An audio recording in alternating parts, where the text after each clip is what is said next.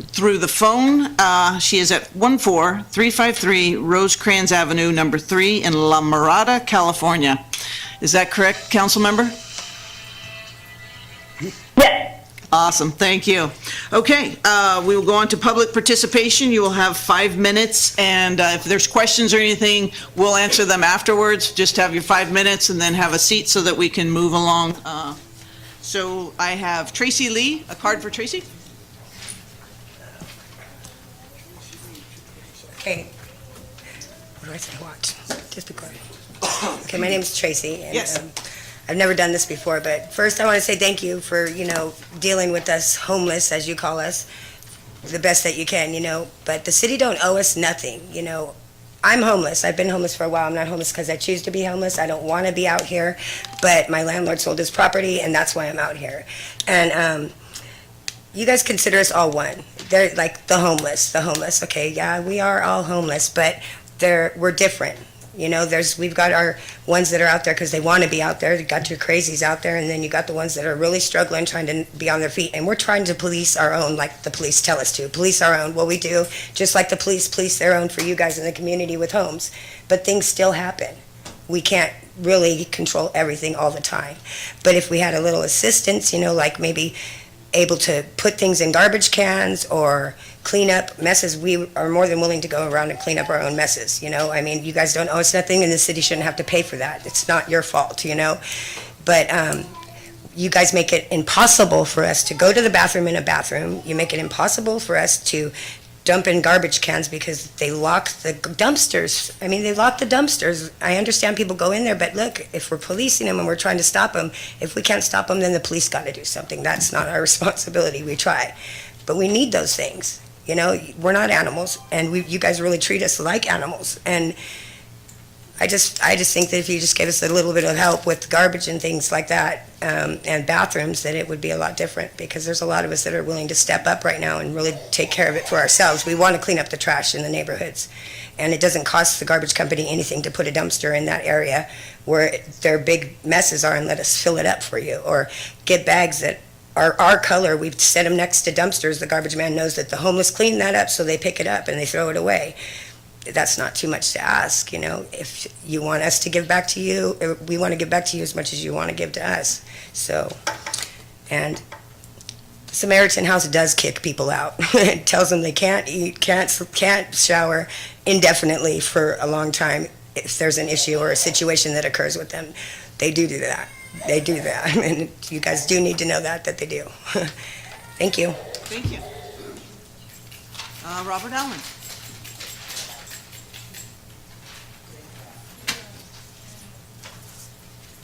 Good evening, council members. Thank you and public, homeless people especially. I have a homeless ministry. I've been trying to minister to the homeless and also being an advocate. I have been asked to be on 2 committees on helping the homeless. We cannot just reject any of the ideas that have been thrown out there. I just came back from Modesto after taking 2 clients to court. I went by the tent city. A lady from a drop-in center, the wellness center, is now heading the tent city there. She was invited to come and help, give an understanding of what's happening up in Modesto and the way things have happened that have had to be changed. We've talked about a tent city here. Well, we don't need one tent city because there's so many areas that people that's their home area. The Gear Road, there's homeless people there. There's some on the west side, there's homeless people there. There's people here along the center that are homeless, but they like to stay in their own area. We shouldn't displace them just because they're homeless. So, the idea of helping, you can't make everybody happy, but you can at least try and help them to deal with their situation right now. We also have a growing population of homeless people in vehicles. They have no place to go. I've been chased out of the place that we stay at, but it's behind, it's business resident. It's not residential, it's business. So they kind of give it a little bit of a turn their eye so that we can stay there, but we try and keep it clean. I provide a meal for at least 12 people out there every day. I've now been housed for a month.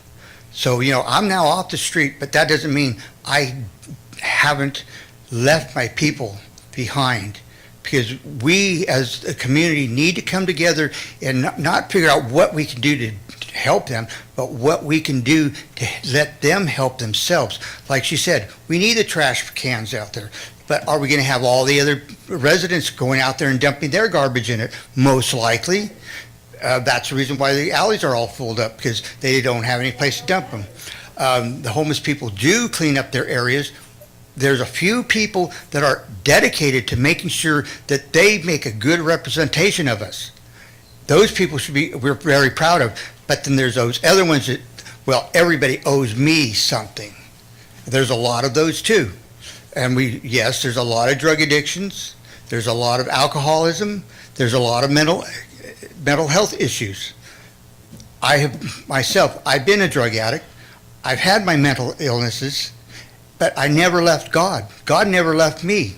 I went to church regardless if I was high or not. Even when I was depressed, I would go to church knowing that He was going to deliver me from all this, and He has. But He's given me a clean mind to know what is good for me, not for anybody else. All I can do is be an example and get the word out that there's hope through God. We trust in Him. I was committed to getting people off the street this last year. I took 4 people out of state, back to Alabama, Oklahoma, Colorado, Kansas, and during that time I got arrested because one person had drugs in my vehicle. I wasn't driving. He got us stopped. I went to jail for 2 months. I was looking at 30 years, but God delivered me out of that because faith.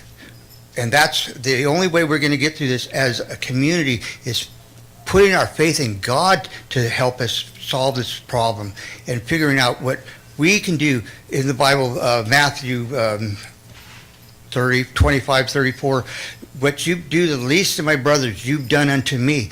If we don't help our neighbor, give them a hand. We would like to do not adopt a homeless, but mentor a homeless, where we can provide showers through Planet Fitness. That's 24 hours a day, 7 days a week for $10 a month and a $40 annual fee. But that's doable. You can't get that electricity cut rate. So there's a way we can get around helping the homeless, but as a community we need to come together, and all things are possible through God. Not all things are profitable. So we aren't here to profit off of them. We're here to profit for God. Thank you. Thank you. Jason Freitas.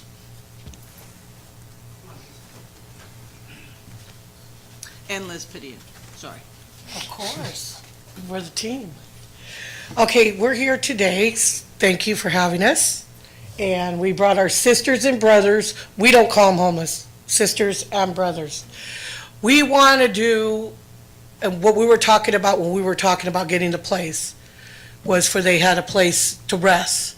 But in the program, they're going to do a pilot program, which is what we want to try.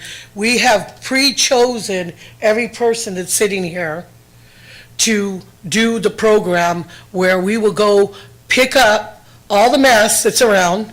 We're asking the city to please help us with bags.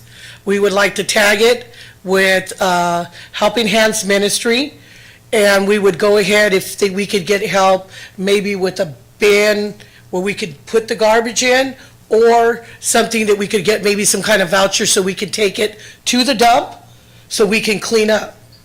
But we're going to show everybody that was pre-selected here that they would be able to work and that they really want to help. And this would be like a pre-trial testing point so you could see that they really want to do this. And if you can you have like the camera like face all the people, so when it shows, because there's been multiple comments over social media that Can they come up here? yeah, everybody come up here Come real up quick. here. Let's not do that. Can you? Mr. Franzen, can you pan it for us real quick? Because there's been Thanks. multiple reports saying not even 4 people want help. You know what I mean? Right. Look at everybody here. Just stand up. Who wants to work? Outstanding. Now, do you see First Street? you see on the railroad tracks how it's all, and then you can go out there by the new bowling alley. Even though it's a new area, it's trashy. You know, I will shuttle these guys to do different things, Me but too. we need the city. And then you got the trust of working together with the homeless. You know what I mean? Then you guys will learn their names. You won't be like, oh, that homeless guy over there on the corner. You know what I'm saying? They all have names. So these are awesome people. These are the people that got me where I'm at right now. And they even talked about getting blue bins, maybe if we could put by garbage cans, because they know that we don't have any funding for the place that we're getting, and I'm gonna put my money out, and that's my social security check, that maybe they said, well, we don't wanna feel like just you're doing it, they always wanna feel like they have given back. They wanna do bins where we can get recycling and take the recycling and money would go towards a building or whatever they need. They wanna pitch in with their own money and their own helpings to say, okay, today we're gonna make a meatloaf. So they all pitch in a piece of meat, a hamburger meat, and we make that. Mashed potatoes, whatever it is. But it makes them feel like they're doing something. They have lives and they wanna get a job, they wanna get a place. They don't wanna be out here. They wanna be one of us. Citizens like they were before. They want their life back. But we need to help them get back on track. And this is the way we can do it, by them showing them the love and letting them show you that, hey, I want to work. And I do have one request to all the service providers here in Turlock. At least have some kind of case management before you even give out free food, because everybody's actually coming here from other towns because of the free food. Okay? If you go starving in Turlock, you're a fool. I mean, seriously. We got the best looking homeless in California. Half of those people, you know, if they're going to have to start surviving on their food stamps, which they can't sell or something, they're just going to go back to their hometown. So it will, you got to have some kind of case management, and these service providers don't. And you need to go check, because if you look at the hams now, I've seen at least, I want to say 20 people that I've never seen in town before. Never even met. They said, oh yeah, the cops dropped me off here. Oh, this other person dropped me off San Diego. You can't be in San Diego and be homeless. They'll dump you off here. Yeah. They send them off with the ticket here. So that's all we have to say. If you could please help us with the program, give us a chance. These are the ones that have been selected, and we want a chance to do the program. Thank you Thank both. you. Thank you, guys. Mr. Franzen?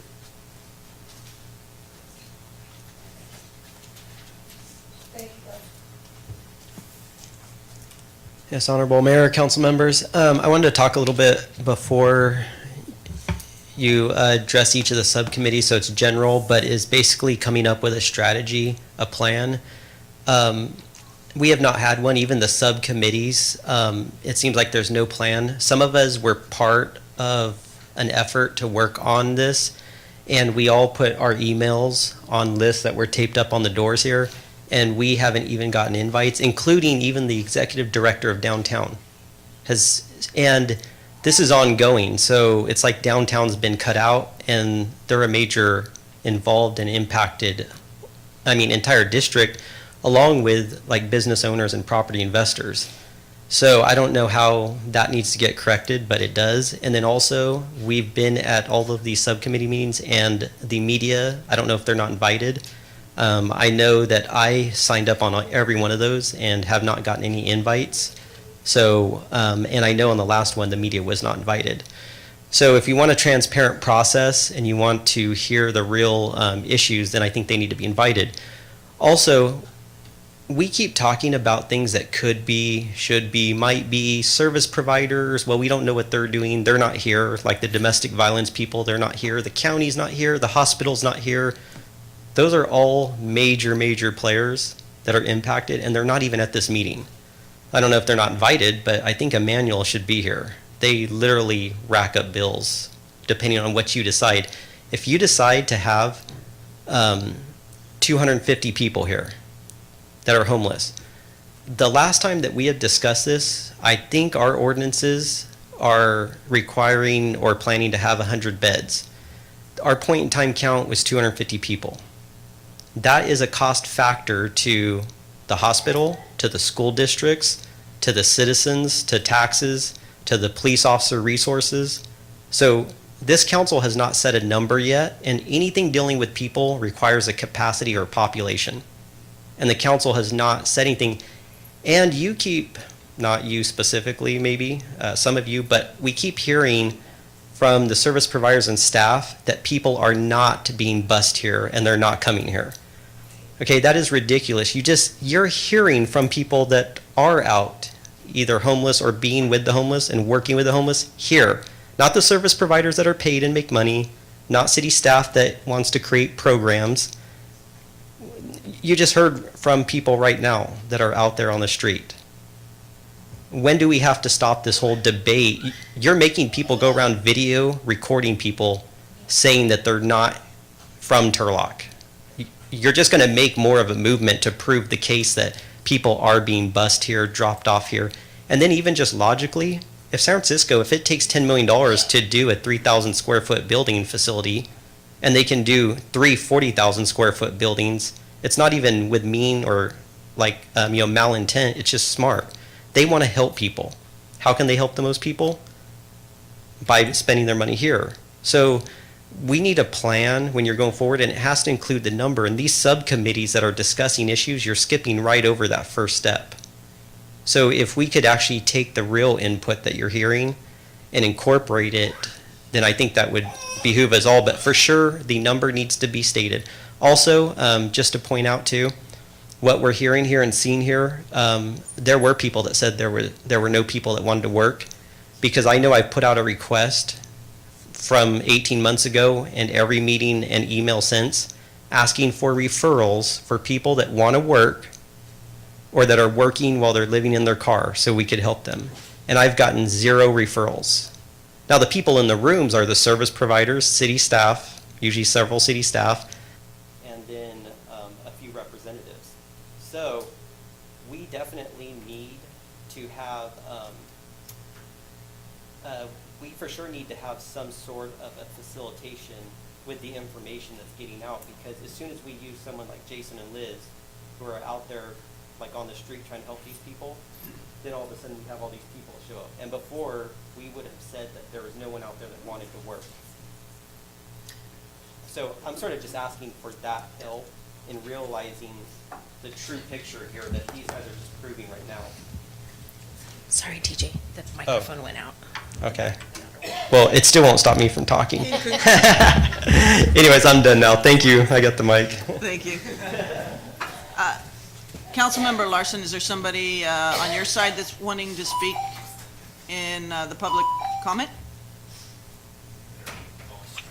No, nothing here, but thanks for checking. You bet. Brandon doesn't want to talk. Okay, got it. Anybody else who did not fill out a blue card? Okay, if not, then I will close the public participation and we will bring it back around here. Declaration of conflicts of interest and disqualifications. Councilmember Larson, you good? Yes. Thank you. Okay.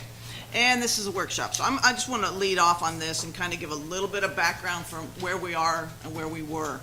So there was once a month of the collaboration, and there are some folks in the back that were meeting on an a monthly basis. And from that came a bigger issue of crime issues, homelessness issues, and all of the in-between. And so Vice Mayor Esquerra and I, at the time, started to attend some meetings, and we separated them into 4 categories. And then that group, all those groups were told, you're null and void, and we started on another way. But each of those 4 components has been assigned to one of my colleagues, and we're still working forward with that. And it's give us some grace. We're working through the logistics and communication is not been the best thing, and it's only because we're all trying. We don't know what we don't know, and just as much to fault to, I didn't know there were meetings that I should have asked, hey, can you let me know so I can put it out for you as well? So Molly, I absolutely apologize to you because you should have been here.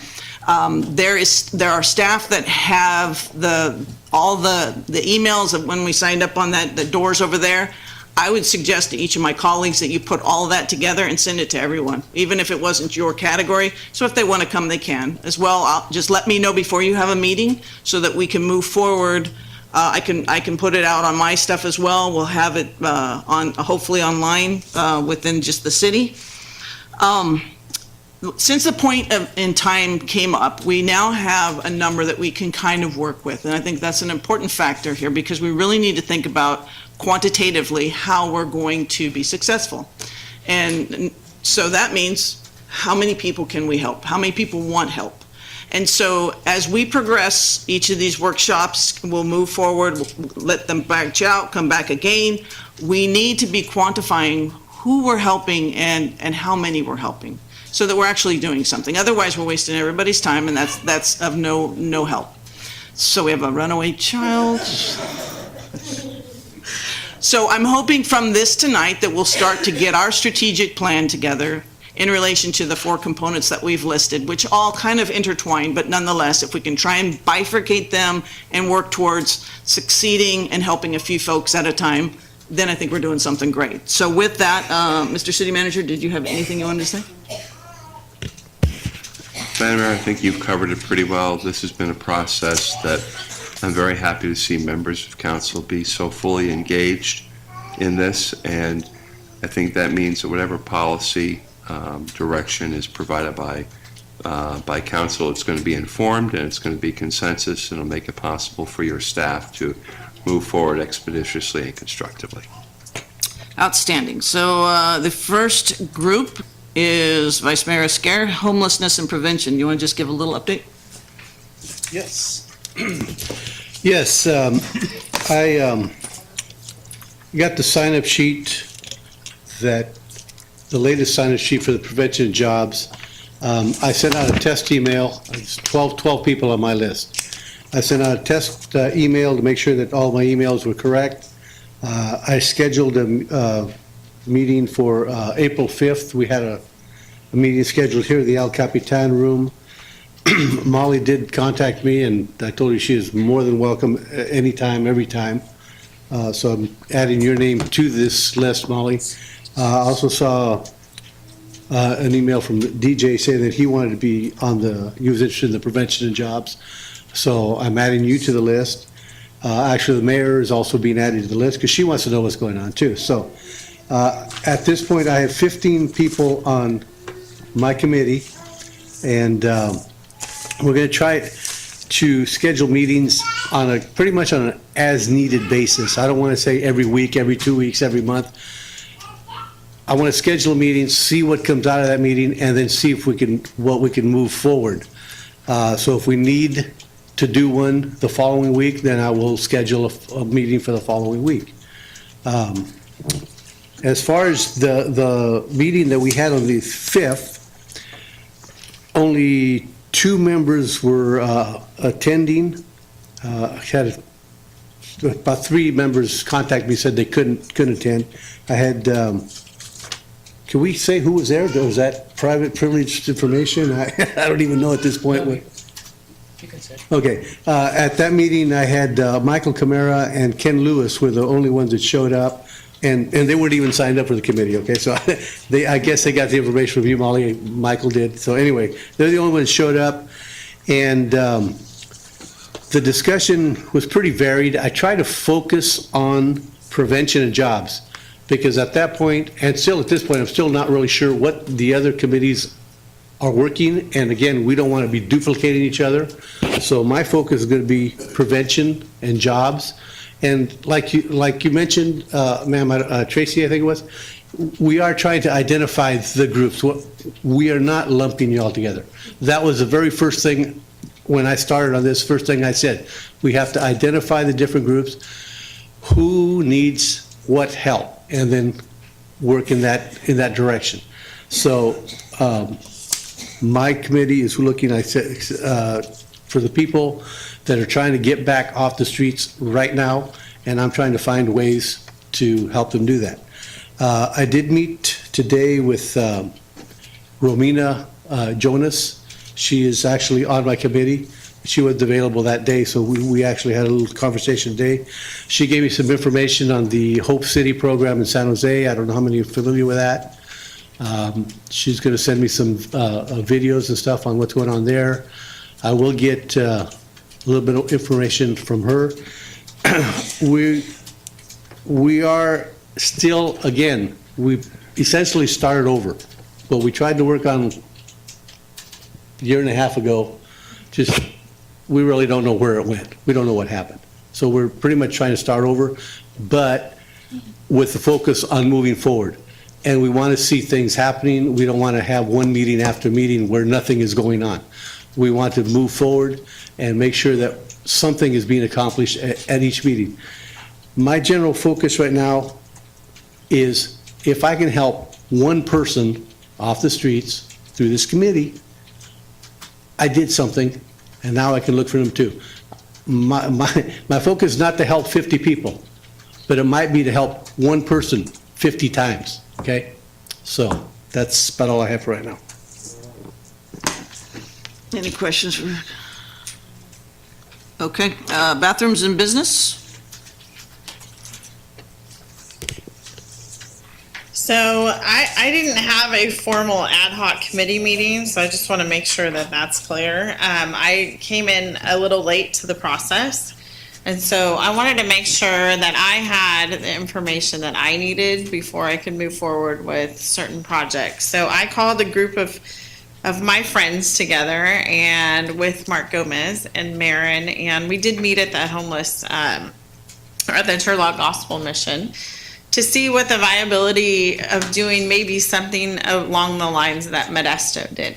So I know they've had some complications with that, and we were looking maybe to modify that and just, you know, small homes or tents or something for the summer where everyone could have a shower, have a bathroom, have a wash station, and you know, just scoot along that line. And then also too, and Mark and Marin can attest, we did talk about maybe investing in some, you know, motorhomes or travel trailers that people could maybe potentially move into, and we could help them with their rent situation. I come from the business community, so I like to not give handouts, but hand-ups. So I think that, you know, I'm really excited about the level of commitment that's in this room tonight. And I think that, you know, I've been in this community a long time, and there's ebbs and flows with, you know, recessions and work and, you know, however that goes, and, you know, you get down on your luck, and that's just, you know, that's how life goes sometimes. But if somebody can give you a hand up, then you can help yourself. So we did come up with a few different ideas, and I had, and Molly, I apologize, I didn't leave anybody out. It was just a very informal, these are my people that I had on my text message, and whoever can come, because it was information for me, because I didn't know I like to, you know, start a process and actually finish it. So, I think we had a great meeting, and I don't know if our Mr. Gomez wants to come up and talk about that as well, but I think we have a few different avenues that we can explore, and not just one type of shelter. So we are going to have an ad hoc meeting. I did not want to have one before I had this other informational gathering meeting for myself, because I didn't really have any information to give them, and I didn't want to waste their time. So I will be moving forward with my ad hoc meetings now that we have a little bit more information. And if you guys have any suggestions, you know, we do need to have, and Andrew said, you know, a website, and we had all talked about that, like a clearinghouse website where people can go and actually have one spot to get your information from. So I have about 5 or 6 people that are actually getting some budgets together for me for different types of housing and different types of barriers, and maybe a bathroom over there near that community or near the gospel mission that we can hook up to water and sewer, so that you can actually go in there and use it. So I think that's kind of where we left it. But whatever we do over there will be temporary. So we need to not be there for the winter months. We don't want anybody getting sick and being outside in the elements. So whatever we do will be in order to find out the needs of those people that want to stay there, and then see if we can facilitate in them in their journey moving forward. So I'm real excited about the direction that we're going in. I think that we have a very positive movement now that maybe we didn't have before, and everyone's kind of on the same page as, is what you want, is what we want. So, we welcome any suggestions, and this council is very committed to making sure that our community is viable, not for just one type of group of people, but for everybody. So anyway, that's all I have. Any questions of your colleague? All right, Councilmember Larson, community engagement, what do you have? Okay, so I'll keep this brief since I am over the intercom and I can kind of hear myself. So I'll try to keep it really brief. So everything's outlined in the report that I provided. We had our first meeting on April 17th at City Hall. It was basically filled with people from the Community Collaborative, nonprofit, and state representatives. I invited people from the Turlock Unified School District as well. I have now obtained the email list from the last large homelessness meeting. So I'll be inviting them to our next one. It's outlined in my report. Our next meeting will be April 30th, 2019 from 9 a.m. at City Hall. And one of the biggest recommendations that I think we can work on now, which has already been iterated from my colleagues, is a webpage on the city website with all of the homelessness work group committees, information such as contact info, meeting times, and group descriptions, just so we can make sure that we don't duplicate efforts. You can read about the other details we're going to be discussing in our situation, but that's as much as I was going to give the feedback. Thank you. Whew. All right, thank you. Any questions for Nicole? All right, and housing, Councilmember Nostati. All right, where do I begin? At the beginning. The first word. Okay. So I want to start off by maybe speaking to some of the comments that the public brought forward today. First off, to those that are homeless, I want it to be as clear as possible that I don't believe any one of us back here view you as a single person. I know, when I started campaigning, when I started sitting back here, I knew that homelessness was going to be a priority for this community. It's a priority for all of us because we're not happy with what people are having to experience. We know that there's a lot of people that deserve better, that want better, that have been let down one way or the other throughout their lives, and I don't believe there are lost causes. I think every single person deserves the opportunity to get back to where they were. And we, as a community, have shown a very strong desire to support the people in that effort. I think this was the cover of the Modesto Beat today. It was the story about the woman that was killed by the, what was it? The Caltrans. I had the original story pinned to my wall because I know that the decisions that we make here are what sometimes inadvertently lead to things like that. It's not intentional, but we are the leaders of this community, and whether we like it or not, the circumstances of our decision ripple outwards. I very, very strongly want to emphasize how much we do care and how much we really want to see the lives of people struggling bettered. And For some of the people, when I unfortunately, when I speak from a place of compassion, I think there's another side of this community that thinks that we're just acting with heart and we just want to throw money at a problem. But that's also not the case.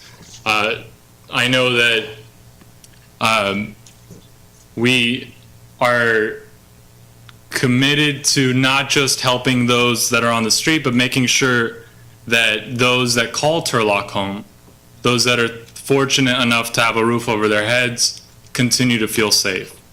That the economics of this town are not negatively impacted because of the decisions that we're making here. It all ties together. We're not competing against one another. We're just a single town on a map, trying to work through our problems. Some of the things that are happening outside of this town impact us, and I want to just be as educated as possible to be able to go to Sacramento and say, this thing that you made that was a decision on some regulation is really making it hard for developers to build homes. I want to be able to understand why are people becoming more likely to become drug addicts? What are the things that lead to that? There's a lot of things that lead people to the place that they're in. There's a lot of things that led me to end up here, and I'm just very fortunate. I had great parents. I had a home that wasn't broken. I didn't have mental illness, and I didn't have any addictions. So I'm very, very lucky in that regard. But that's just a start. There was talks about the equal, making sure that we don't just have a single tent city. I generally want to say that I think that there is some truth to the idea that we can't just put all of the people that are suffering into one part of town without very, very negatively impacting that part of our town. There are people that live throughout our town in various states of homelessness or in a home that's very unstable, and I think it would be wise for us to listen to that advice and recognize that the whole city has to absorb the impact of any sort of support efforts that we're going to be moving forward with. Talks of safe parking locations, I think that's definitely something that we should be moving forward with. I haven't even started talking about the work of our group, but let's see. Let's keep. I'm never, short of words.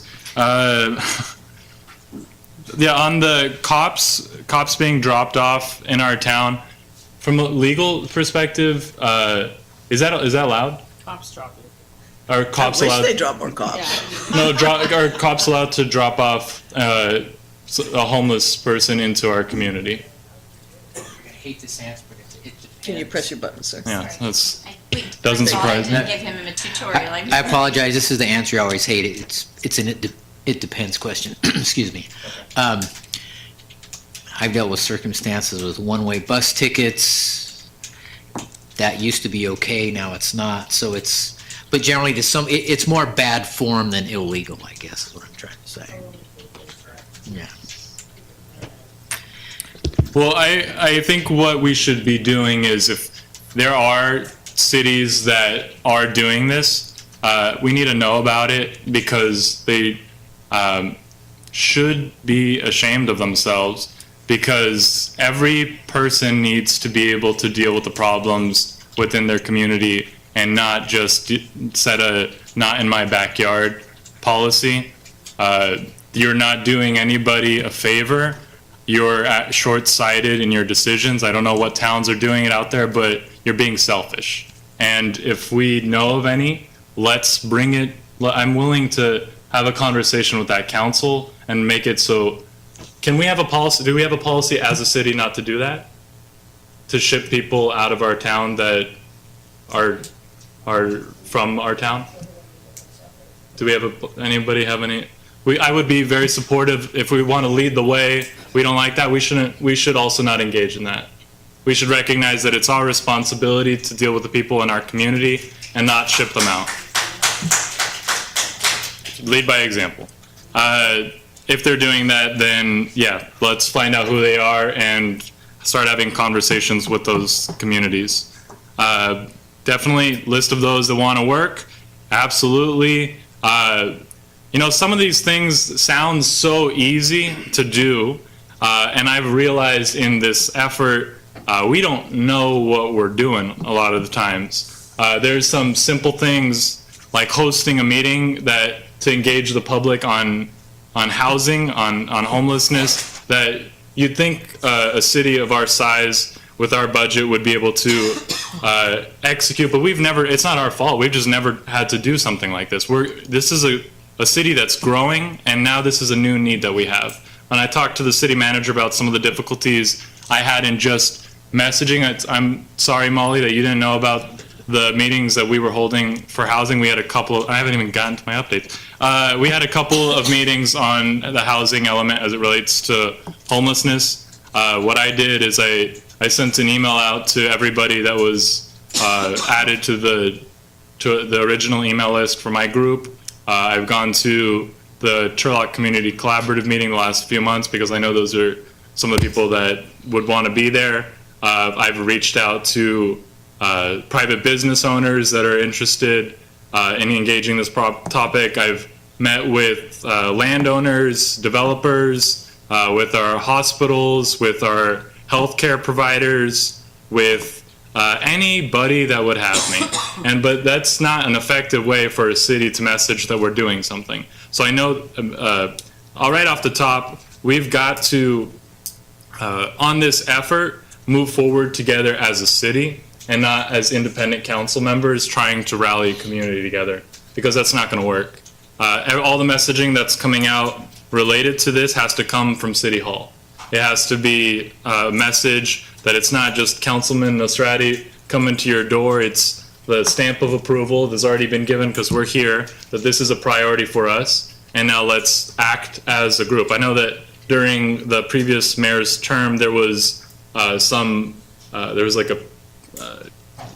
the declaration of the strategy. I want to know how that was organized. How was that done? Was that city staff resources that were dedicated to prepare the the visual material that they put together to declare our strategy? How was there press releases associated with that speech? What was the mechanism that was used during that time to get a message out that the mayor was going to be speaking out on homelessness? Because that was an effective way to at least get the ear of the public. Since we launched this effort, I've been operating independently because I think we weren't sure how to do it yet. So from going forward, it is my strong recommendation that we dedicate staff resources or city resources to ensure that everything that we're doing here is done well and done effectively. We need to dedicate resources to properly send communications, press release. Let's get our website updated so people are aware of everything that's happening. Mark Gomez, you guys have press releases at the fire department. That's correct, yes? Yes. Okay. Yeah, could you? Yes, we do. And when you guys do a press release through the fire department, is that done within your department? It is with our PIO. Okay. However, budget constraints have limited that press releases as well. Okay. The PIO, what is it? Public Information Officer, I'm sorry. Oh, okay, got it. And Maren, you also have sent out press releases from your department. Allison, you also send out press releases from your department? We usually coordinate through mayor. This is a process that we got to figure out. Each department that I know of has a source of pushing information out. Police department, fire department, recreation, housing, Okay. all have a mechanism of pushing information out. Okay. I would like to recommend that our city.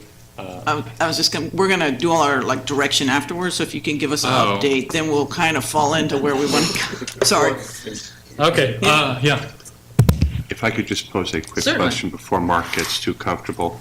Mark, the Take the chair. fire department PIO, it's Kevin Tidwell, correct? Correct. And what are his responsibilities in addition to being the public information officer? He has several responsibilities, and I'm not sure of every one of them, but I know if we have an incident, he gathers information from staff. So is he an active firefighter? He's a fire captain, correct? Okay, so he has all the responsibilities that any other fire captain has Plus the operationally, plus the PIO. Correct. And those PIO duties have they have been in the past, oftentimes required overtime, is that correct? Correct. Okay, and that's unplanned overtime based on when the incident takes place. Correct. Okay. It was his pay for performance, PFP contract, but that's limited to how Yeah. many hours he can All right, provide. I just want to be clear that Kevin is not simply a public relations person. He is an active firefighter who also handles this other aspect of the department's needs. That's correct, Thank you. extra duty. Mhm. Okay. So how about the update? The update that we're getting there. Okay, to make it brief, we've met twice. I've been actively engaging with everybody that I know at some point is going to be responsible for helping us address the housing element as it relates to homeless. We've done a lot of research as it relates to what the state and federal government are recommending. We established our goals for, I think, one of the things that we all struggled with when we initially came out of here is we had these topics of what the groups were, but we weren't very clear on what the goal of each one of these subgroups was.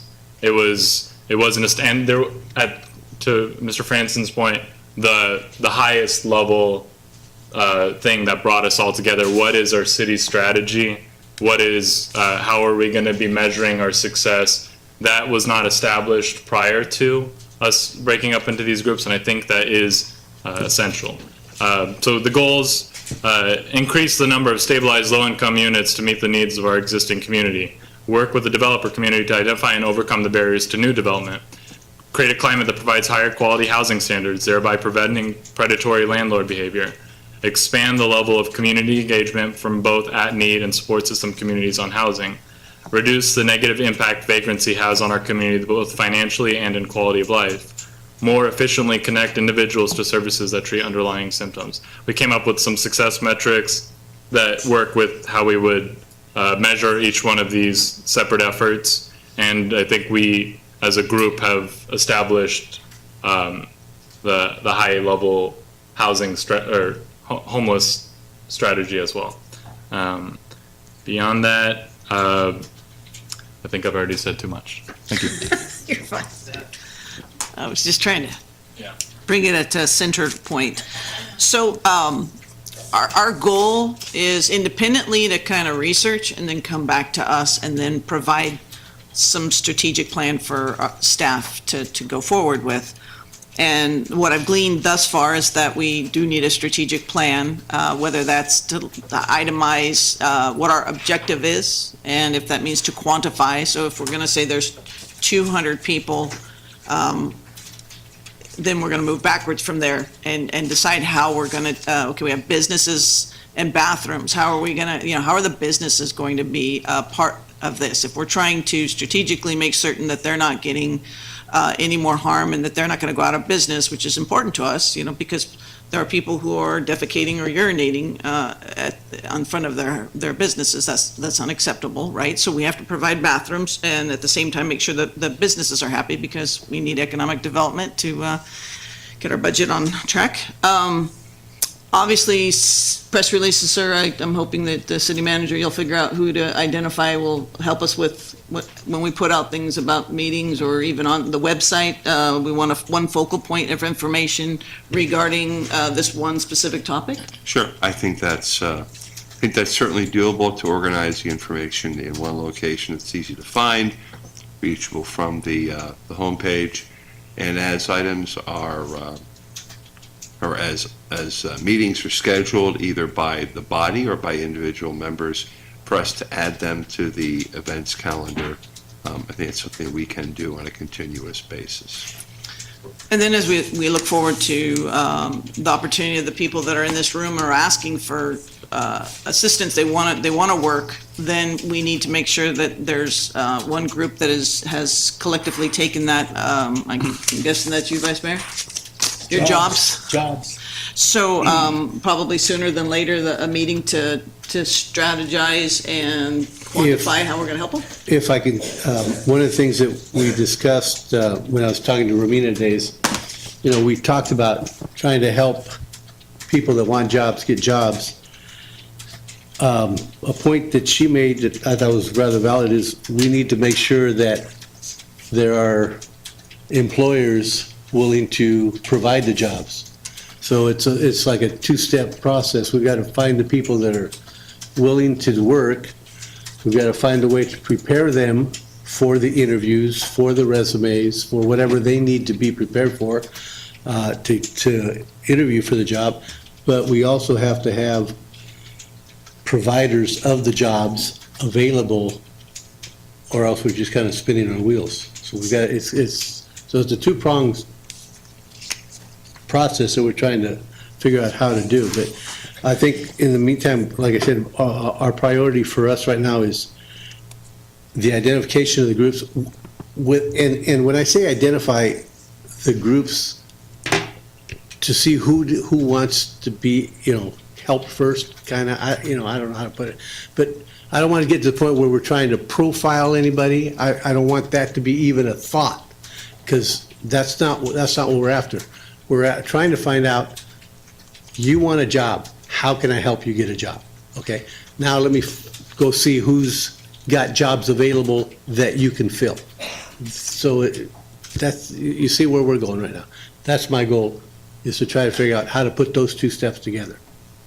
What I did hear, and maybe I misunderstood, was that they were actually willing to do some volunteering to have a purpose and feel as if, and that may be a resume builder to, hey, we're helping, we're providing beautification for the community. That should be a pretty quick, easy meeting, and we'll figure out some people who can, make the bags for us or things of that nature. Yeah. So, and I'll gladly help with that. It's just we need to. These people are ready to come help us make our city look more presentable. I love it. That's awesome. That works.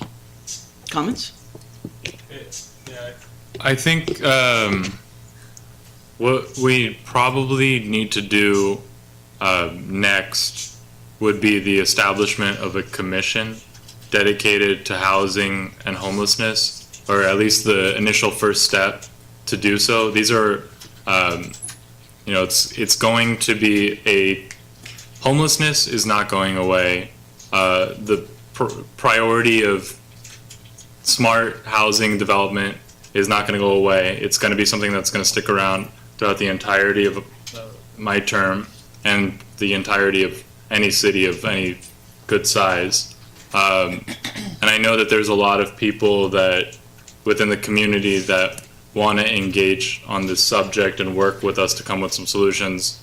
And I think a commission with the proper ad hocs where related to some of these little one-offs that we identify feels like the right path forward. That allows us to, as a commission, create that high-level strategy and, govern over these little groups to make sure that everything that we're doing ties into that shared thing, and it gives us maybe a little bit more flexibility to do so in a faster rate. So you think, I'm not understanding. So you'd rather us not be the commission and then each of you independently coming back because we're the policymakers? Because if we put one more group in there and you make a commission, it's going to slow us down. It's just, for me, I've just seen how the more outreach you go, the further away you are from us making the policy. So I'm just asking if that makes sense. So your question was whether I believe a commission is more capable of acting in an expedited fashion than our current format? Yes. I do believe so, yes. I do believe that if we introduced the commission and gave them and the members of the community the direction that we agree with, that is the strategy and the success metrics and the high level things that we want to accomplish. And then we, as a commission, were authorized to act on behalf of succeeding in that. I know that the people that I'm meeting with out there are more likely to bring about fast progress. If we gave them that will, if we gave them that ability. And I know, there's a housing commission housing and homeless commission is something that a lot of cities go forward with, because when we're talking about homelessness, and one of the things that came up in our group, homelessness is the most extreme version of what we're trying to address here. It is the worst symptom of a housing crisis and the worst symptom of a drug addiction or mental illness that's not treated properly. It's the worst example of that. But there are fundamentally a lot of things that relate to it that are going to need consistent oversight and a consistent group of dedicated citizens and appointed members of our council to make sure that doesn't, we're not, it's hard for us to all consistently schedule and get things moving in a fast way, but I think a commission might be capable.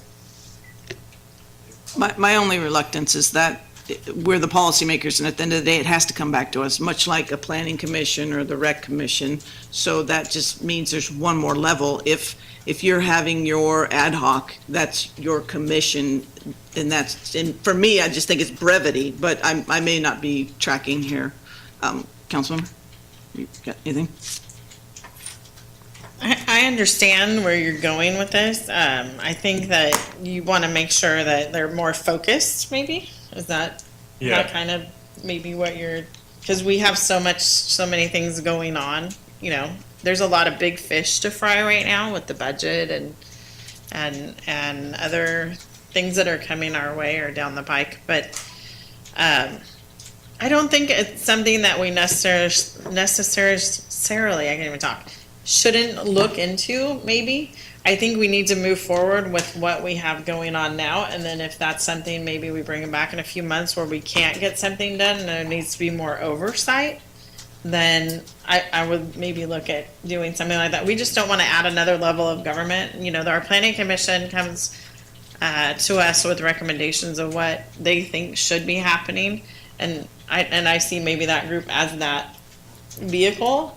But I think we should still, we had a lot of progress in the last month where I think we haven't had a lot before, and maybe the mayor or the vice mayor can, correct me on that if I'm wrong, but I know you want to talk. Hold on. I don't think it's a bad idea. I think that we need to give I think we need to be given a chance to do what we are doing now, and then maybe at the end of the summer where there's more focus on specific needs. I am curious though, you had mentioned a couple of things, and maybe you can talk to this. What is the translation between living in your vehicle? Is there a working element to that, or is there? And I would love for you to come back up and speak. What is that? What did that transition look like for you? Well, I'm disabled, so I have a fixed income, so I'm blessed with that, and a trust fund from my father. So that's what pays my rent. I don't have to struggle like most of the homeless people do. There's quite a few people that live in their vehicle. They're retired. They're in their 70s and 80s. Younger people, couples that need housing. There's people that aren't married that have children. So the services aren't available for them. There's a lot of people who need to be together because they've been together for so long that, we aren't addressing that part too. For me, the transition has been easy because I commit myself to doing what I do. Now, these other people, I make sure that I bring one meal a day to them because they have no gas money, vehicle problems, but they're able, even on Social Security, I'm able to make things happen because God's helped me. He blesses me. I have private people, prayer groups that have donated money to me for gas, for the transportation. My question to you guys is time frame. What time frame are we talking about? You're saying by the fall? I said before, they would be out before the fall, so Right, we would transition. But slowly. how quickly can we get something started? We need to get something started. Right. It doesn't mean we have to have everything, but at least a step. We need to take a step as soon as possible to help these homeless. The money's there. The brain, we have good brains. We've thought of all the things we can do. They know what they need. We need to get their input. What do you need? Because each individual person has their personal needs. My needs are small compared to theirs because I have an income. I think, and just, oh, sorry. Are you Go ahead. needing him to communicate anymore? No, I Okay, yeah. thank you so much, sir. Thank you. I think, the progression is hard when we're not in that role. And I do have employees that have been couch surfing, and we have provided them with trailers. So to me, a home doesn't necessarily mean a stick build. It could be a travel trailer. It could be a small, tiny home like Andrew was looking at. It doesn't have to be one type of. I share a house. I have. Oh, sorry, sir. Yeah, you have to Okay. go back. Yeah. Molly, did you want Go to say ahead. something? I'm sorry. Yeah. So I have a couple things that I've just been sitting here really wanting to say. The first thing is, I think that you guys are doing a great job. Really, I do. Aside from the fact that none of the people from the original subcommittees that worked for months on this issue have been involved at all. So I would love to give you those people's names because, we did a ton of work before this council turned over. So that's kind of disappointing. I will say that, Andrew, I did find out about your meeting. You're the only one that I could find any information on, and it was on Facebook. And I don't feel like you have to look much further than social media. I feel like if you guys were sharing it on social media, DJ could pick it up as the media, and he has tons of people. So if it could just be shared on the city's Facebook, I don't think it needs to go much more complicated than that, really. I have a little bit of an issue, and I would have gladly loved to talk about this if I was at the meeting. The tent city that's being discussed for next to the TGM, I really feel like downtown business owners need to be heavily involved in that conversation because we are heavily impacted on the negative effects of this issue down there already. Just by having the service providers so close to us. So I would really encourage you guys to speak with the business owners and have them be a part of that committee because that's going to be huge.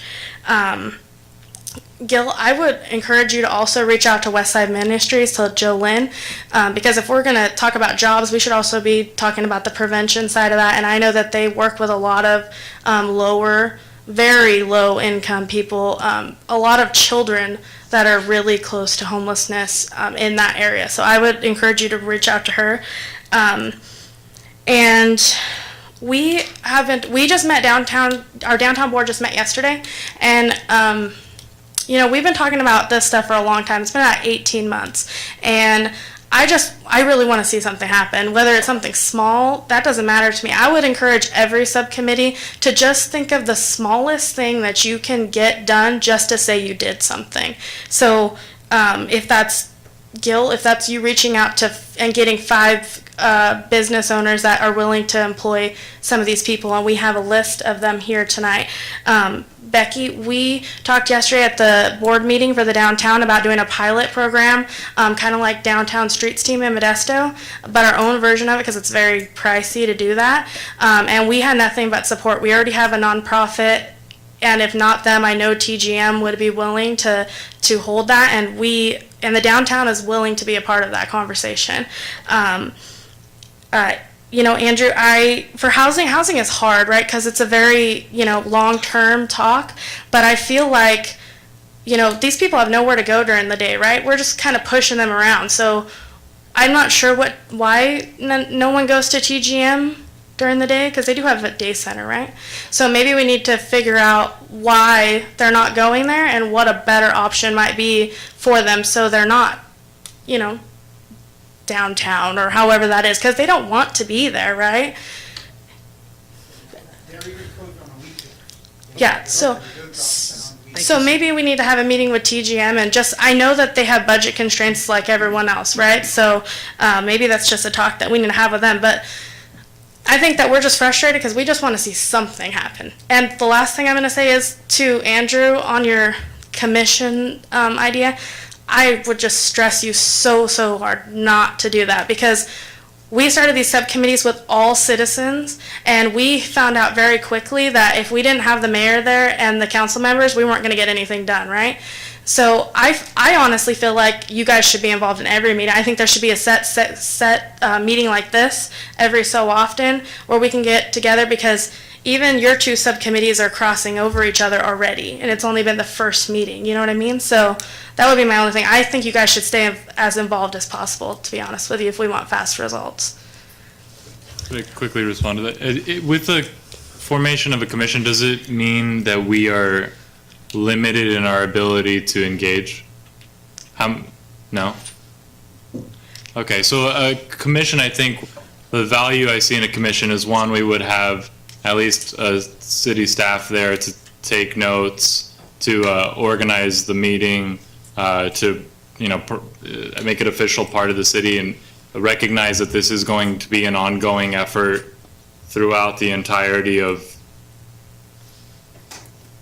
time. I don't know, and there is nothing that precludes members of our council from being a part of that commission to continue to work with their individual ad hocs, but it gives it a formalized governance and high-level strategy that makes sure that when we're working on these parallel efforts, or that when Becky is meeting on the idea of a tent city, I tasked with housing, understand that and understand how it's going to tie into the housing efforts and how it aligns with the values. What are the things that we as a group need to be continuously aware of? I just want to formalize and make it so we have a situation where we are meeting with regularity, because and then actually bring in some formal representation from community members across all sectors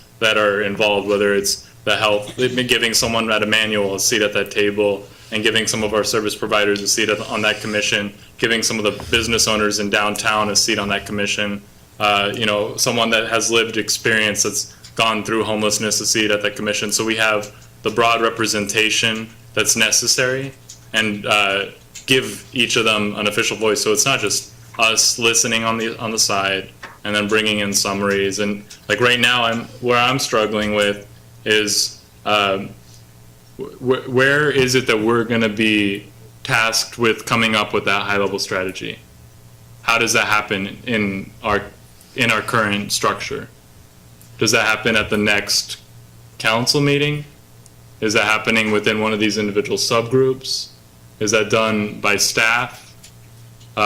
Because I would like to be able to work with our staff and this commission. Go ahead.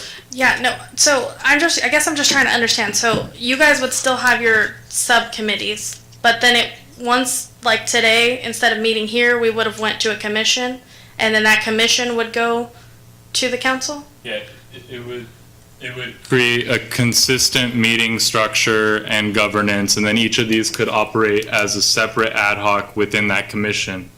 And then we would formally introduce members of the community to be appointed as part of the commission as well. Okay. So I just, go ahead. As soon as you're done, Councilmember Larson wants to speak. Yep, so just two more points. So I do agree with Amy because I just feel like that's adding one more step. And the second thing I want to say to that is, one thing I've noticed is that every service provider downtown, everybody has a different goal, right? So everybody has a different agenda, right? So I feel like on a committee like that, everybody's going to be fighting for their own agenda, where you guys were, elected to have the better interest of everyone in mind. So I would just keep that in mind, if that makes sense. Councilmember Larson?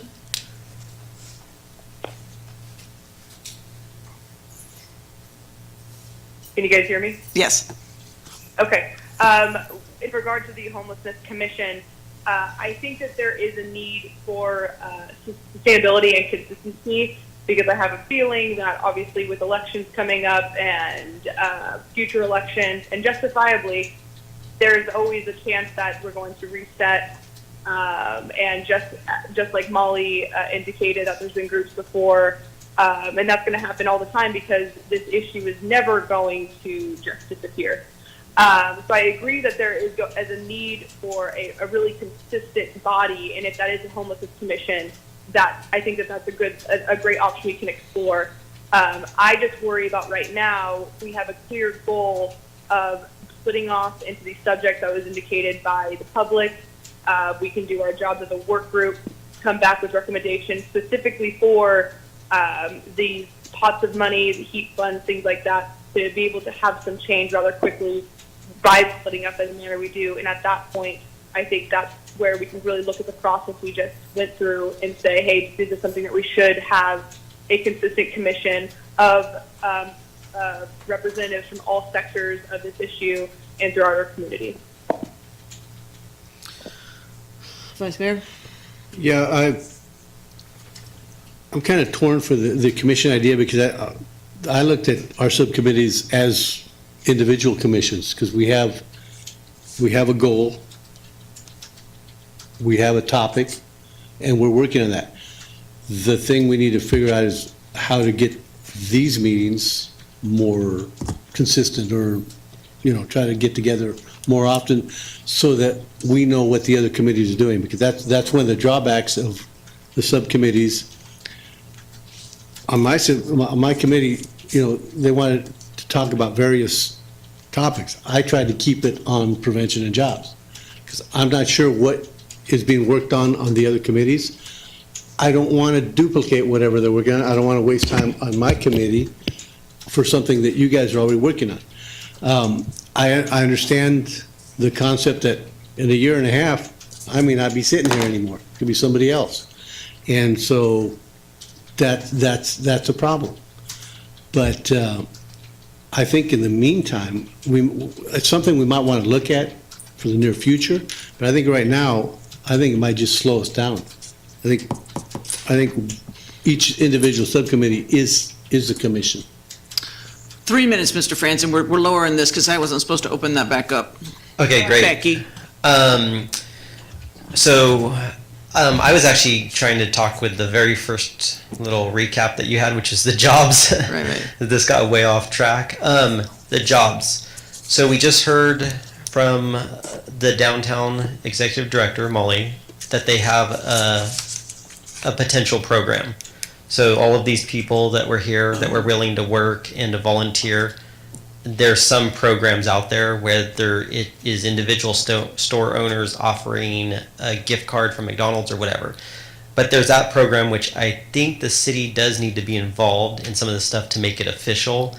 And this goes back to my one thing that I'm wondering what happened with, which was the city's own work program. So we're looking to you because you can set policy. So you can even make, you can even have different agreements with the service providers that ask them to have stipulations if you wanted. You could look at probably some conditional use permit issues, but you're setting policy. So that's what I said in our subcommittee for the jobs and prevention, was what could the city do right now? The city has alternative work programs that I think have something to do with people doing volunteer work with the city instead of jail or fines. So I know that that's possible for them. How come the city can't have a work program? I mean, it's been months now, but if there's an answer why we can't, then we can check that off. but it seems pretty easy to do because I've seen other similar programs, and it's not that it's like, oh, we want to require a certain amount of work done. It's like, even if someone were to take a bucket and flip it upside down and sit on it, pretending to pull weeds, it's better than them out in the parks or in a street scenario where they are either victim to a crime or they're having the police called on them just for laying in the park.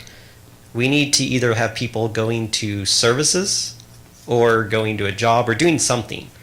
So, but the city can do that right away. I'm wondering if you've had any update on that or if staff ever came to you with anything. It's been months now. Hang on, let him answer real quick if you were gone. I'm sorry. No, I was going to say, I have not had any meetings with staff at all. Like I said, we only had the one meeting, and we essentially just trying to, I thought we were coming here, each subcommittee was coming here and make one or two priorities so that we have a direction to give staff. That was my impression. I think we need to focus on one or two items from each subcommittee and then give staff direction to go that way. Because then we are moving forward, then we are getting something accomplished.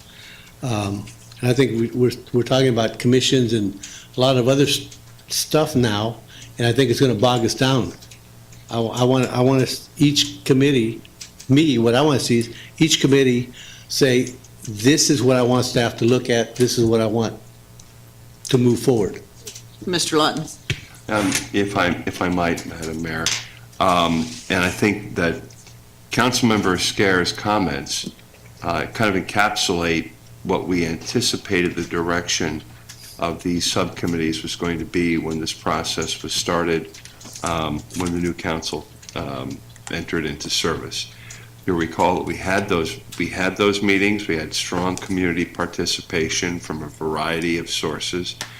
Mayor and Pitt summarized the recommendations from all of those committees. You had a 12-page memo, and when we came back after that meeting, your staff presented that structure with the intent of, as Councilmember Scare said, kind of winnowing down the ideas to things that were actionable items that we could do on a timeline. And it was hoped that as council took the 12 pages, if you will, and how they chose the items on which to have staff focus, that would be an expression of our overall policy, be it to provide, how much emphasis to provide on prevention or finding jobs or accommodating the need for sanitary facilities. There were some specific things in there, and not losing sight of all that work that was already done, I think would be helpful for us to staff a new round of a new commission or a new round of ad hocs is going to place a higher demand on folks who are working pretty extensively now on all matters, to the extent we can sharpen the point of inquiry, to give them an ability to do well what we're asking them to do. That's something I can take to staff. But we seem to be in a position of inventing the wheel again and again.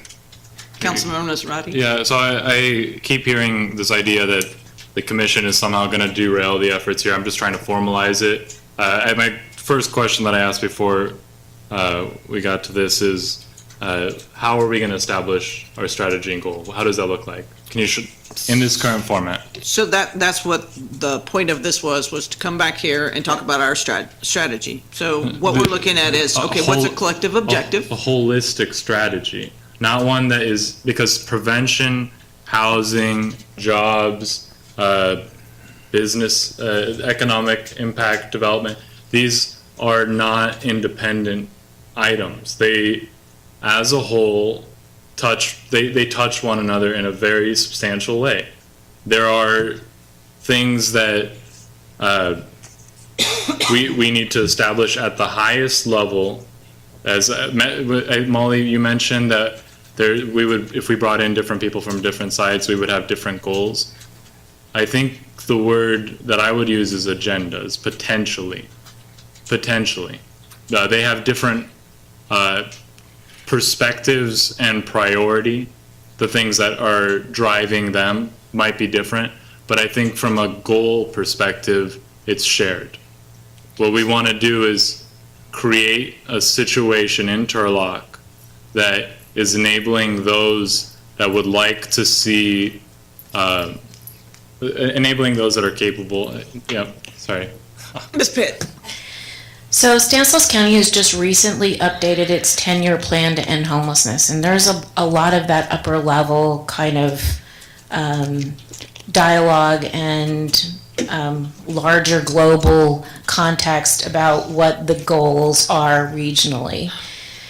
Out of that is now the new Stanislaus Homeless Alliance, which is made up of elected officials from throughout the county as well as the Board of Supervisors to help direct resources and prioritize all kinds of funding, not just HUD funding, but Community Services Agency, behavioral health, to start running alignment and matching resources with community needs.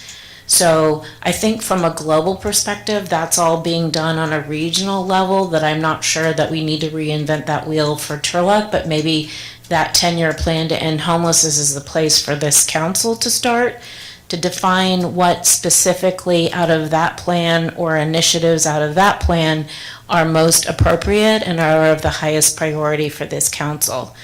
And so that would be I believe I've shared that with everyone, but I'm happy to send it again. And then to take sort of that feedback from the group, as the city manager mentioned, of all of those notes, and then to start looking at that. But I don't think that there's necessarily a need to reinvent that global wheel based on kind of a regional approach, because the rest of our communities in Stanislaus County have the same issue. It may look a little different from community to community, but with respect to what we're all facing, and the solutions in terms of accessing resources and all that are also regional. So we do have some direct, self-directed kinds of dollars, but there's a lot more regionally that we'll need to plug in terms of aligning those resources to meet those particular needs. I think what everyone wants to see is visual progress. So that's what I'm hearing through the whole community, and that encompasses a lot of ideas and a lot of collaboration and a lot of movement, and it's going to take us being very active, and I think that we're all committed to that process. I do understand what you want to make sure that we're coming full circle, 360 degrees, right? And if the will of council is to meet once a month, we'll do so, and then still have your own subcommittees.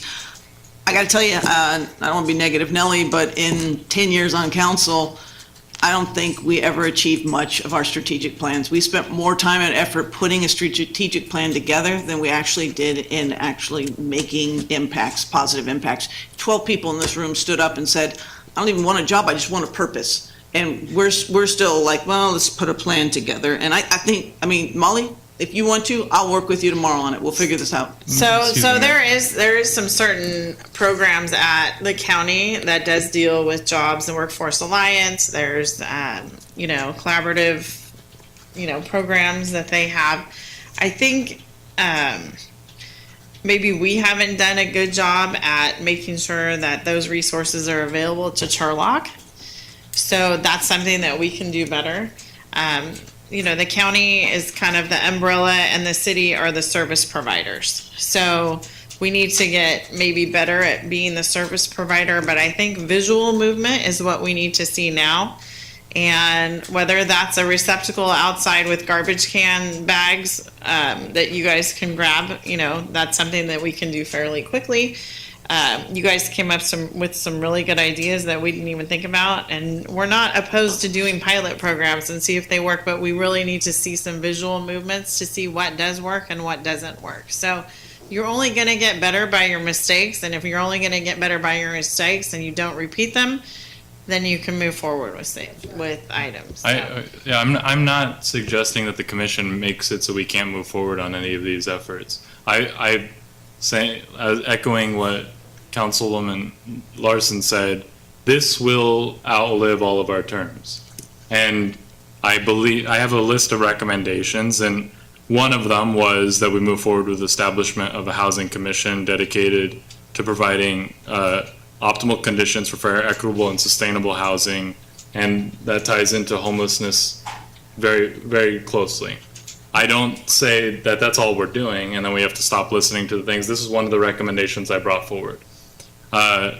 I also indicated a recommendation for dedicated resources through staff time or contracted services and aiding in the facilitation of homeless subcommittee meetings by providing administrative support, handling of external communications, and delivery of press releases where relevant. Because right now we were operating alone, and we got a siloed approach again, and the city hall wasn't giving the stamp of our message, and that's not an effective way for us to declare our intentions as a city. I also said we're talking about how are we going to, we're going to do pilot programs and assess all of this stuff. In order for us to do that, at some point we're going to be signing checks towards funding things. We're going to be signing checks. We're all going to be agreeing to sign a check for an effort, whether or not it's a job training thing locally or, you know, a tent, temporary tent refuge center, whatever it is. We're going to be dedicating a source of money that is finite. So for us to be able to reach into that pocket and say, this is what I would like to spend my money on, I want to know what are the things that we are going to be tracking to determine whether or not that was a successful venture. We haven't established those high-level success metrics, and so that what that speaks to is my third point here is request, at minimum, request the funding from the county to report the assessment, assessing taxpayer costs of homelessness in needs of assessing the taxpayer costs that homelessness has. That's important. Yeah, so we have to know what is the cost to our city currently, because ideally, it's not about spending more money, it's about spending our money efficiently. And if we're not having an entity brought in that's going to be kind of tracking some of this, then how are we going to, at the end of the day, be like, that was a successful thing? We're just going to look and see smiling faces and say that was good enough? I don't think that's a good way to write checks. And so, yeah, I think there's great partners out there that I've already talked to. Stanislaus would be really a great resource for us to tap into to start gauging the level of engagement that we're having and gauging the level of success that we're reaching with each one of these separate initiatives. And then the other part, the development of an official housing, person-first housing strategy that declares the city's strategy towards addressing the homeless crisis by recognizing the need to maintain comprehensive, real-time understanding of the needs of the homeless and at-risk population, developing a housing plan and policies that promote sustainable housing in line with those needs, facilitate the reduction of barriers and improved efficiencies in connecting persons to existing supportive services, and protect and preserve the quality of life, economic prosperity, and public safety of all homes within our city. This is a holistic strategy that I put forward that is in line with what the county I think it's just like I put a little Andrew twist on it so I could give it my own name, but it's just it's a person-first housing strategy that recognizes that we have people out there on the street and we have a shortage of homes. We have services. Not everyone is reaching it to that level. How do we know about the people on the street? What are our localized needs look like? If I want to spend money on a permanent supportive housing structure, shouldn't I know that, you know, senior housing is a number one concern? Affordable senior housing is a number one concern. Affordable disabled community housing is a number one priority. I should know those figures before I start investing dollars. And that's figures that we can get if we go ahead and actually tell our county reps, maybe before you continue to throw money at Modesto, send money our way to at least let us understand what our current circumstances are with real data. And then one of the things that, I had brought into, I was aware of the idea of a tent city, Turlock Gospel, and when I brought it into my housing meeting, I think Liz wants to speak, but when I brought it in, there was strong resistance related to the idea of bringing it in until we have declared a strategy, declared how we were going to measure our success, properly integrate those people that know, the service providers, and give them the ability to develop the guidelines, things like max unit numbers, what types of subpopulations are going to be supported with this, what is the screening process, what are the safety measures, and what is a clear long-term transitional strategy to provide this temporarily serviced population into a more permanent indoor structure. So before so I think we align in that we do recognize this as a temporary stopgap, and we both want to get to a place where we're moving them into something more permanent. You mentioned prior to winter, before weather conditions, one of the things that was brought up, we're going to have 100-degree weather here soon. We're putting people in tents.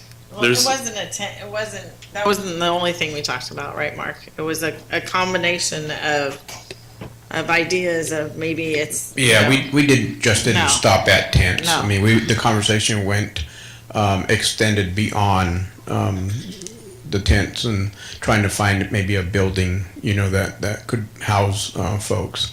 Getting a game plan together on, the lot. It's a double-edged sword for us, right? It's impacting businesses in our community. How do we try to control that or help resolve that portion of it? Businesses in our community are very important, and we need to help relieve some of that from our streets that's impacting our businesses. And there's no one back here that's going to try and put support in place that's going to be adversely impacting our businesses. We're just talking about going forward smartly. Cleaning up the train station was smart for businesses. We can't just do what's right for businesses. It has to be understanding how the business decision impacts everything. Absolutely right. Yeah. And I think we have to find the balance. And that's the tough part. The tricky part. Yes, that's the tough part. Right. Going back to the pilot program that Liz spoke about, real quick, we can help with that. We can't just hand out supplies because we don't have the funds. Okay, someone's got to monitor that. I know city has spent hundreds of hours between my staff and Allison's staff picking up trash in our community, tons of trash in our community. I'm for the pilot program, getting that assistance, the voluntary assistance. We can work with that. And I think between Allison and I, we can put something together, and I'm not going to say every day, because it'll take away from something else, right, in our community. But we can put something together that we would schedule. We would work with folks to schedule during the time our employees are at work versus overtime. Now that would be limited on how we can control that. But I think, Allison, you tell me no, but I know Allison would be on the team and do that. Okay, so I think it's a good idea. We just got to manage it. And Molly's willing to help as well, so there's no reason we can't immediately do something. And I believe that your strategic plan is absolutely a valid one, but we know death not included, that we're all going to be here for at least a year. So it's 2 years off or a year and a half until. So let's get a couple things accomplished while people are listening and want to be participating with us, and then work towards doing something to make it really strategic. Right now, we've talked about it how many times now? If we can do just a couple things, you've heard your groups, you know there's some things that we need to do. The HEAP funds will go away and we won't have done anything. The plan is necessary and the commission can come, but I mean, let's move while people are here listening and want to participate. And that's the best part about it, is they're out there. We do have an active commitment from the county right now, which we didn't have before. So I think that's a positive movement. We have some, dollars committed where we didn't have them before, so we didn't have that all-encompassing, we can do this without that money committed. So I think, and I appreciate the county for doing that. And I think that was a big step forward in deciding, what programs we could move forward with and what programs we couldn't, because if we don't get our budgets together, we're going to be out there with you guys. So that, we have constraints as well, but we want to make sure that, we are using the publics and the public funding that we have to the best of our ability to make the biggest impact. So I appreciate Mark coming up and speaking about that. I want to make one more comment. That meeting we did have at the Gospel for that lot, downtown business owners were included in that meeting. I just want to make, that comment, that downtown businesses were included. They were, but it was my meeting. Exactly. And I'm an industry, I'm not a downtown business owner, but I'm a business owner in the industrial part. So I needed to see where we were, in the industrial community, because it's impacting my livelihood too. It's Directly, impacting yeah. everybody. So, Everyone's. but not just, but I need to know for my own personal, and it wasn't a downtown meeting at all. It was a all encompassing, I need to figure out where we're at. So we Councilmember can move Nasrati. forward. Hang on, Councilmember. Yeah, so, I mean, Mayor, you talk about moving before they stop listening. I want to be maybe get a little clarification. Do you mean signing checks before people stop listening, or declaring an intention to explore these things? I was speaking specifically to the 12 people who said that they were willing to volunteer and help us. We've had people who are coming in the last 6 months that are out on the streets, partnerships, all these things. All these people are here and want to help us be better and more successful for our community. I'm saying while there is that momentum from all sides, we should be trying to make a couple of accomplishments to keep people wanting to participate and help us succeed. Then comes the mission and all of that stuff, the commission. We just need to do a couple actions to show people that we hear them and that we can do something. Okay, so when I'm sorry, hang on, sir. when I talk about this decision to put forward our strategy and our success metrics, the homework's already been done. It's just a matter of declaring it. And I just want to be able to, in an official capacity, work with the city staff. When the previous mayor had put forward a strategy, there was a nice display of high-level way for people to understand what the city of Turlock's doing. I'm saying within a week that this information that we all have collected, what's available, what Marin knows, what's available at the county and at the state and federal, and how it trickles down and how it looks here. I just want to be able to say this is it, because I know that it's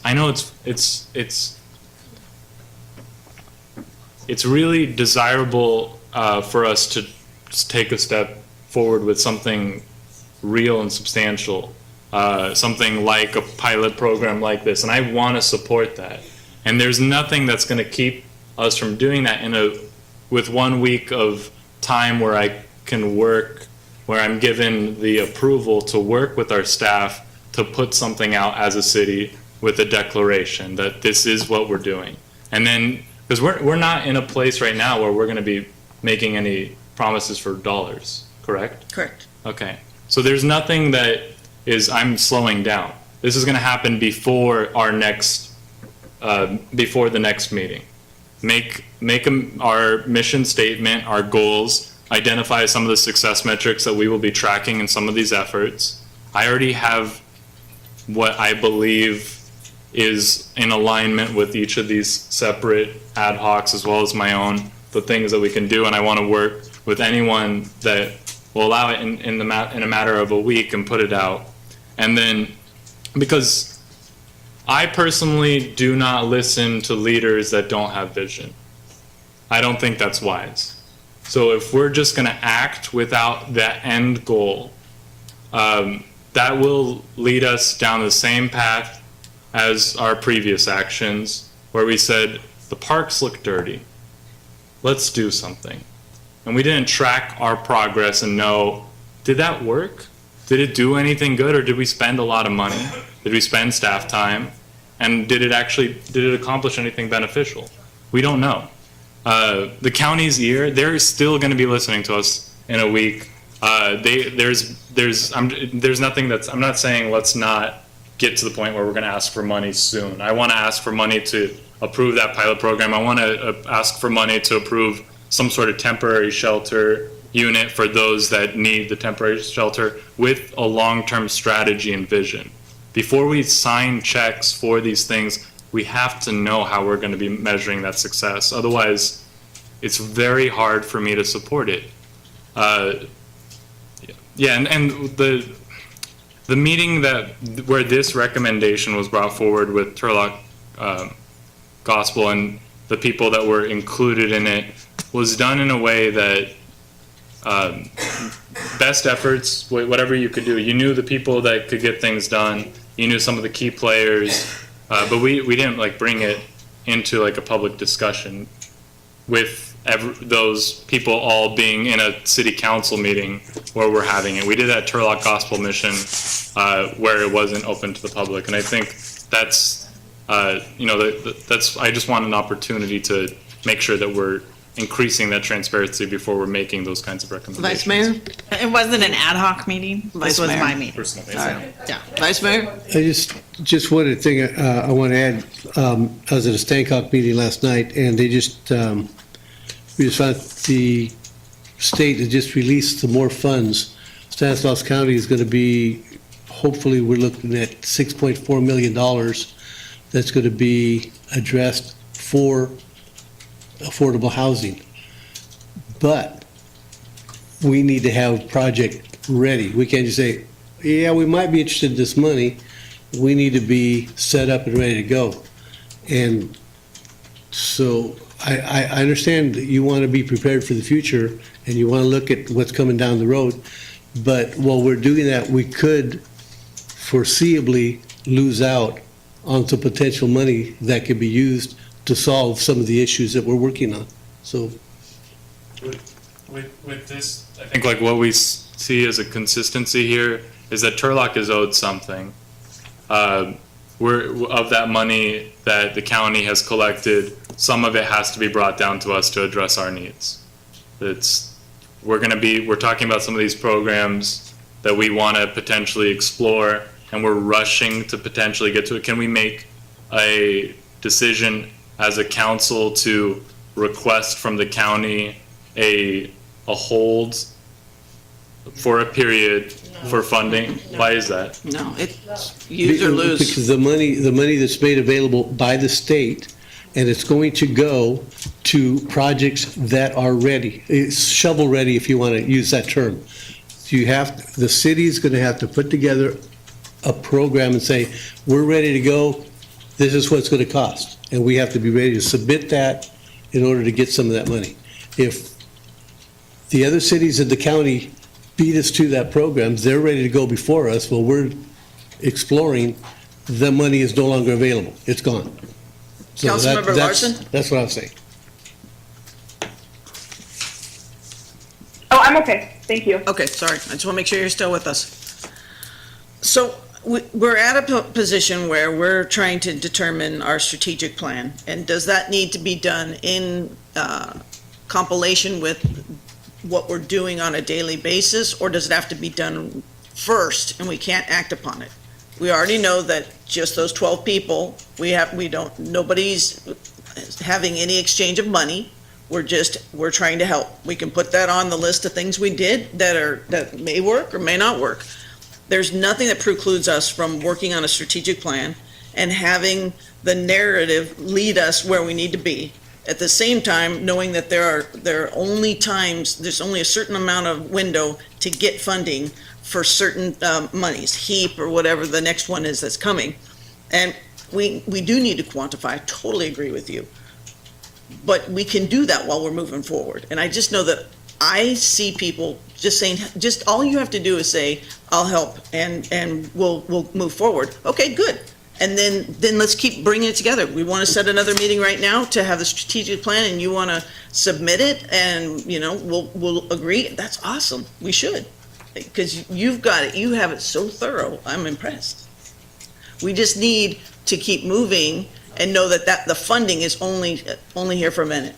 Yeah, so I want at that meeting, I'm saying I agree with you guys. These are great ideas. Let's bring them forward for evaluation and for potential votes, and like explore those projects. I have genuine interest in learning more about how these will be executed. That is already a true statement. What I'm saying is I would like to also request that simultaneously we move forward with bringing forward a strategic vision and success metrics that will accompany our housing efforts. And then all the other things I said as well. We're asking for some funding, request for some quantifiable data-driven analysis related to what we have in our community's needs currently. Exploring up partnerships with someone like Stanislaus and really better educating us on what our needs are currently. I'm not saying no. I feel like this is just a situation where we're misfiring. I was shooting one thing, you're shooting one, we're saying the same thing. But I just want to say that while we do these, let's, with the utmost urgency, create that high level vision of what is it that we're trying to achieve. How is it as a city we're going to be going forward, even if it's that simple type of imagery that was created the last time we put forward a Turlock homeless strategy, something like that the public can look at and say, this is our vision.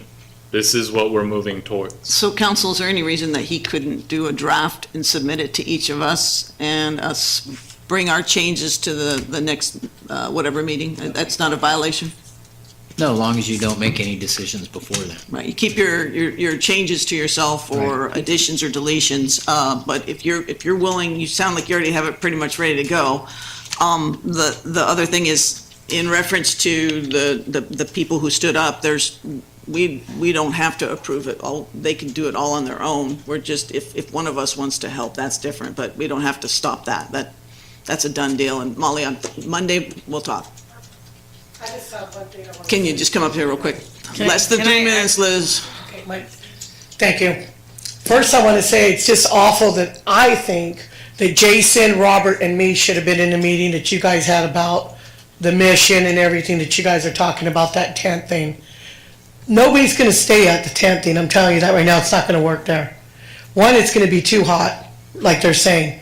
Two, we got the problem with the tents. You've seen what happened over there in Modesto, where all those tents almost got burnt, because people will bring things in. Let me tell you, it will happen. If it's a lighter or whatever, boom, it just goes down the line.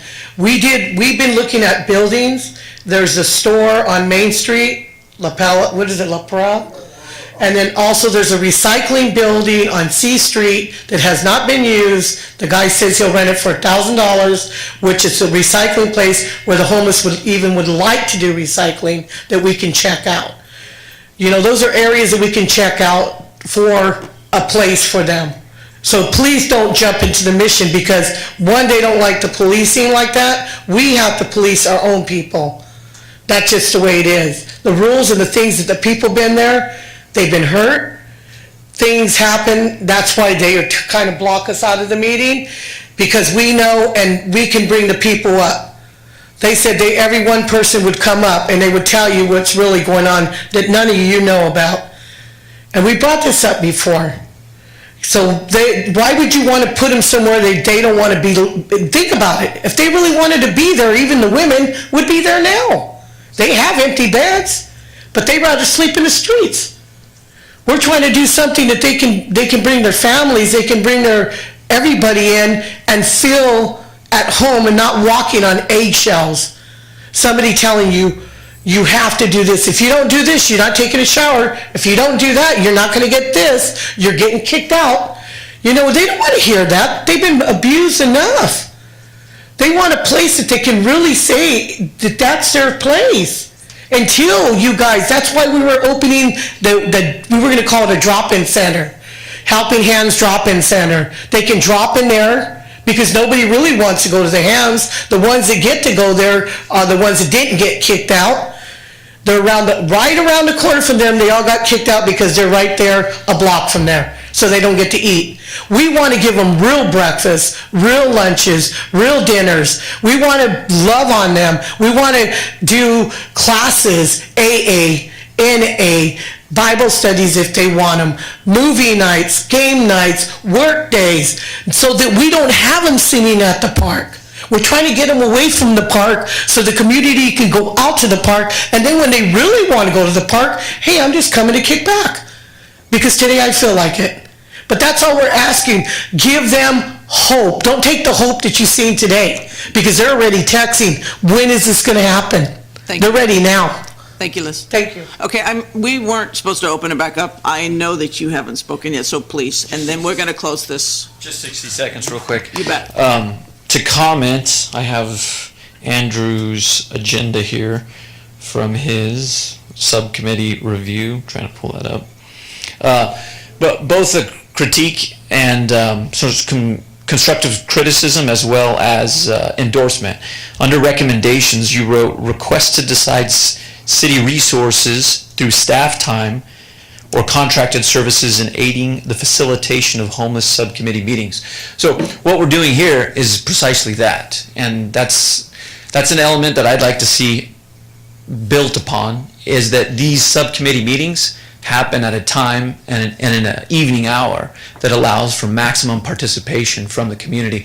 There's many people out there that are watching this or will watch this on YouTube, but they're unable to attend at 10 o'clock or 1 o'clock, and to Gil's credit, when I attended, the first thing on his agenda was when is the next time and date that we can meet to maximize participation and inclusion of the community. So essentially what we're doing here is one of Andrew's recommendations, that these subcommittee meetings should happen in the evening hour to increase participation from the community. Andrew has mentioned success metrics and data analysis. I would caution the idea of creating a commission, and all due respect, I'm probably safe to assume that you are in an incredibly small minority position to think that another layer of bureaucracy is going to assist in getting things done. But I would caution in that the success metrics that you're looking at, presumably housing first, and I take issue with that. Utah, the city of Utah is often cited as the pinnacle, as the jewel model. Seattle, Portland, and many other communities model what they're doing with housing first, no barrier shelters, based on what's happened in Utah. So much so that in 2015, John Stewart Leibowitz of The Daily Show featured what was happening in Utah on his show. That has since deteriorated, and I do plan on circulating a very thorough link-ridden email to you guys identifying what's going on in Utah. So the success metrics, in accordance with state and federal recommendations that you had mentioned previously, they're not as clear. And if you're going to make commission decisions based on these success metrics and data analysis, that's where you're going to get hung up, because there's going to be contradictory evidence and data. And I'll just step down. And last thing, transparency and oversight is the number one issue in regards to what's going on here. So the more we can include the public on this, the better. Thank you. So you talk about the desire for maximized participation. The first effort that I made in setting my schedule for my meetings was an email sent out with a Google survey that had every day of the week, Monday through Sunday, listed, and time slots from starting, I think, with 8 a.m. until the late evening. And I circulated it to everyone that was interested, and I said, what? Did BJ and Molly get that email? I circulated it to every person that was included in the written, and so every person that wrote their email, and I posted it on my Facebook as well. Originally, I don't know if you were here at the beginning, but one of the recommendations is not just dedicated staff time here, but also dedicated staff time in sending that message out. Because I don't think it should be me being responsible to reach out to every single person, to create the meeting, to get out, do my individual outreach efforts. It should be coming from City Hall. That's my recommendation, so we can maximize that reach that we're having. So the effort was to maximize participation, and that's the very first thing I did with my group. And when we're talking about adding another layer of bureaucracy, as we mentioned earlier, it's essentially just this, but with the understanding that this will not go away. It's this regularly scheduled meeting that will have dedicated staff assigned to it, and every member of the council that would like to participate in it, continue to participate in it, with the understanding that the issues related to what we're talking about today will outlive all of us. They will outlive every person in this town. Okay, so Councilmember Larson, real quickly, I have a question here from somebody asking what data is being gathered in your meeting, and are they by the service providers? Let me think. Sorry, put you on the spot. Yeah. Okay, perfect. Yes, and in the last meeting, we talked about gathering data and trying to get a holistic approach to what our current community is doing with their outreach efforts. And the members of that committee meeting that were there were members of We Care, the Golf Mission, Emmanuel Hospital, and we were just trying to gather and see if there's something we can come back with.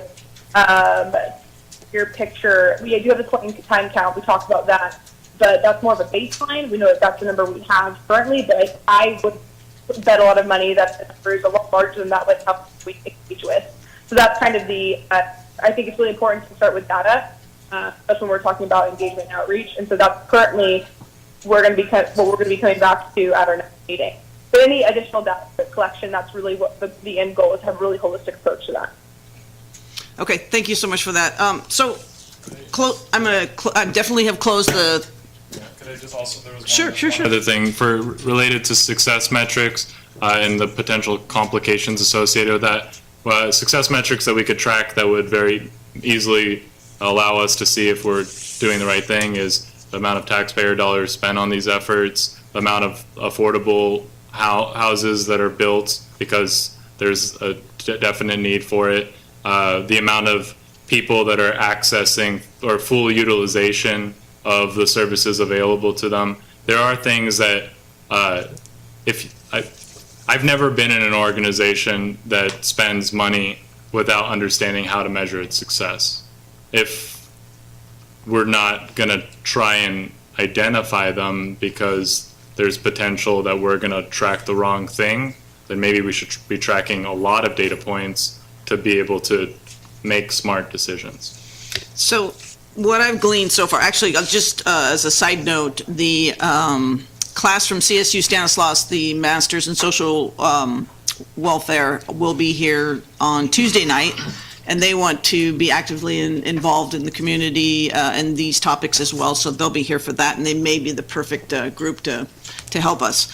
Recapping, it looks like what we are kind of in agreement on is that Councilmember Nasrati will send us all a strategic plan, and then we will not respond to any of it, and we will keep it for ourselves to come to a meeting that'll be put on the agenda within the near future.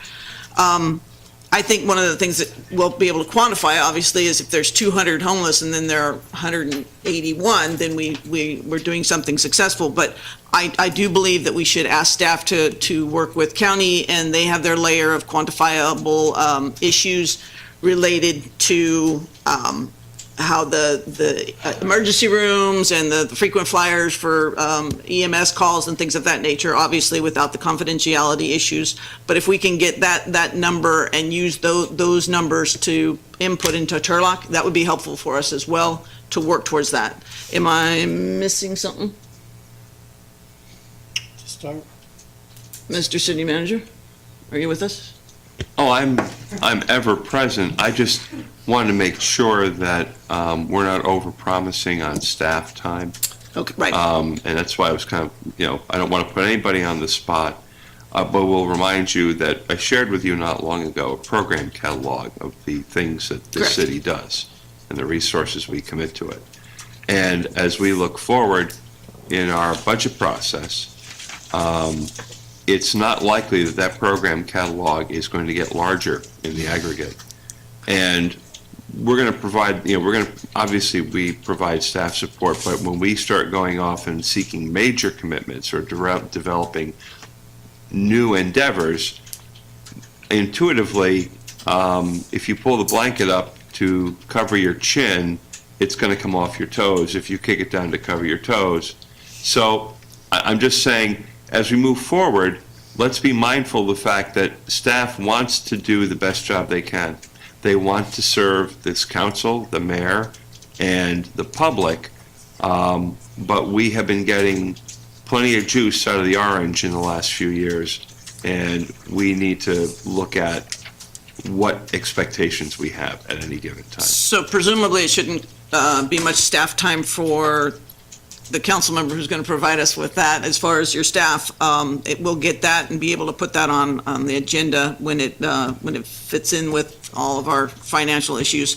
And I believe that the service providers are doing something with the numbers anyway, if I'm correct.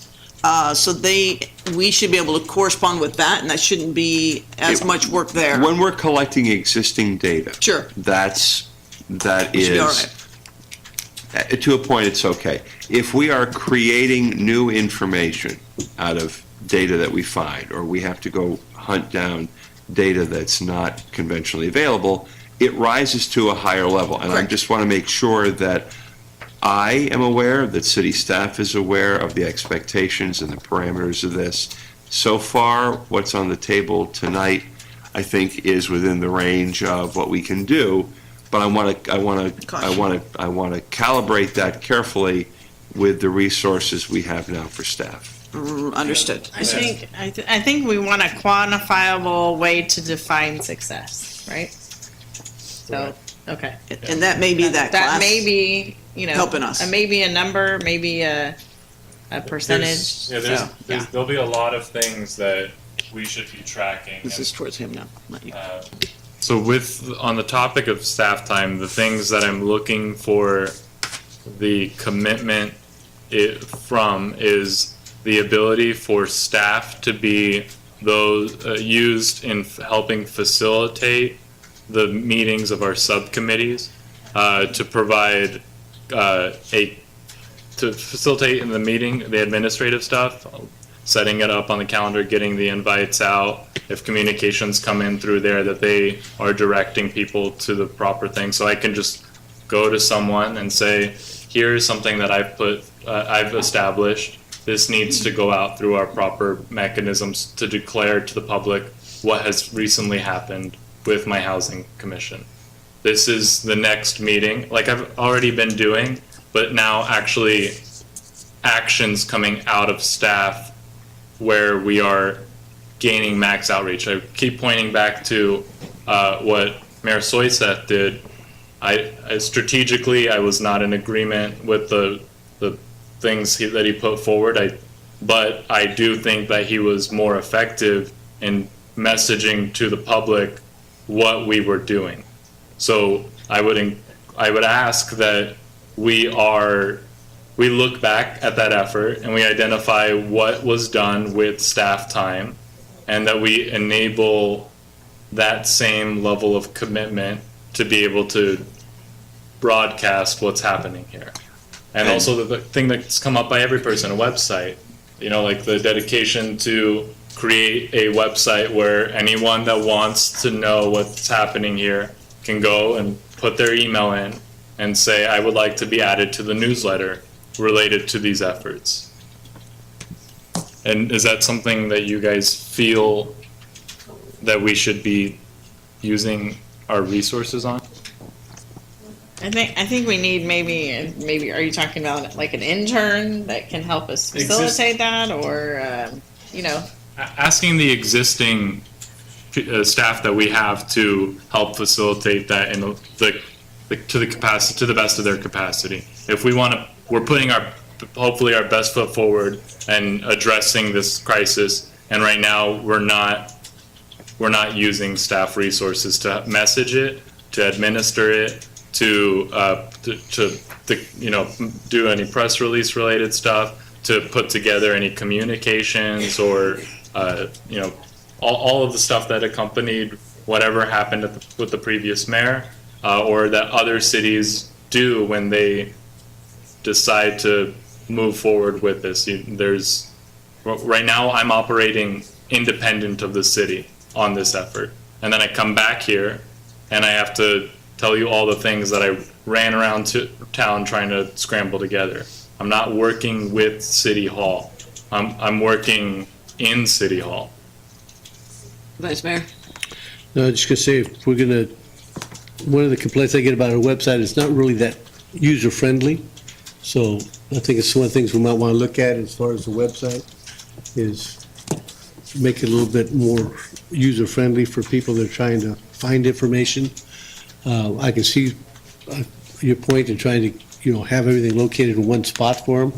I think that goes for, I have no problem with that.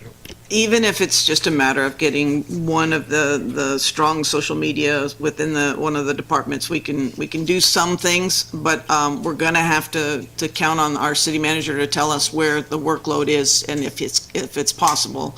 All of us are kind of running solo and then coming back. It's frustrating, but this is how city government kind of works. You have to do a little bit on your own, and not to be disrespectful, but it was very ineffective what happened with that last group.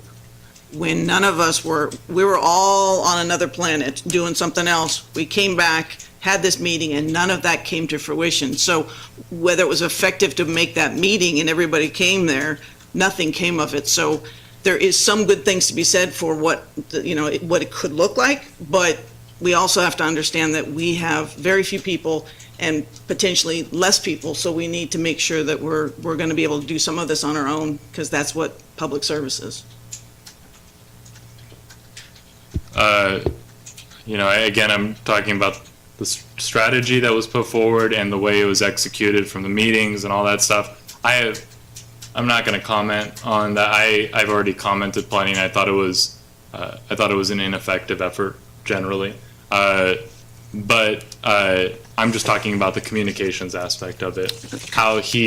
There were more people that knew that was being sent out in Turlock than know that this meeting is happening, or that my housing subcommittee meetings are happening. So it's just maximizing our reach capacity with our existing resources. So when you say that the city manager is going to tell us what they're capable of doing, and we tell him what we want to be prioritized. We tell him that if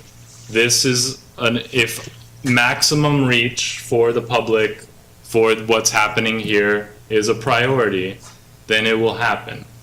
We are the ones that make that decision. He can tell us where it's going to impact, like what are the repercussions for that, what staff resource is going to now be responsible for responding to 20 emails over a week, or sending a calendar invite, or helping us publish something to the journal, or whatever, all the proper avenues, he can tell us where that impact is going to be felt and what resources are going to be used there. But I would like to at least know that we are committed to moving forward as a city.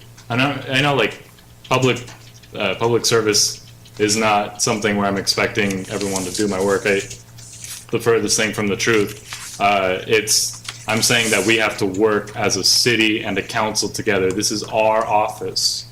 We are the representatives of the people, and we are the ones that should be using staff and city resources for the things that are most crucial to us. And for me, the thing that is crucial is that what we're doing is properly communicated and it has maximum reach.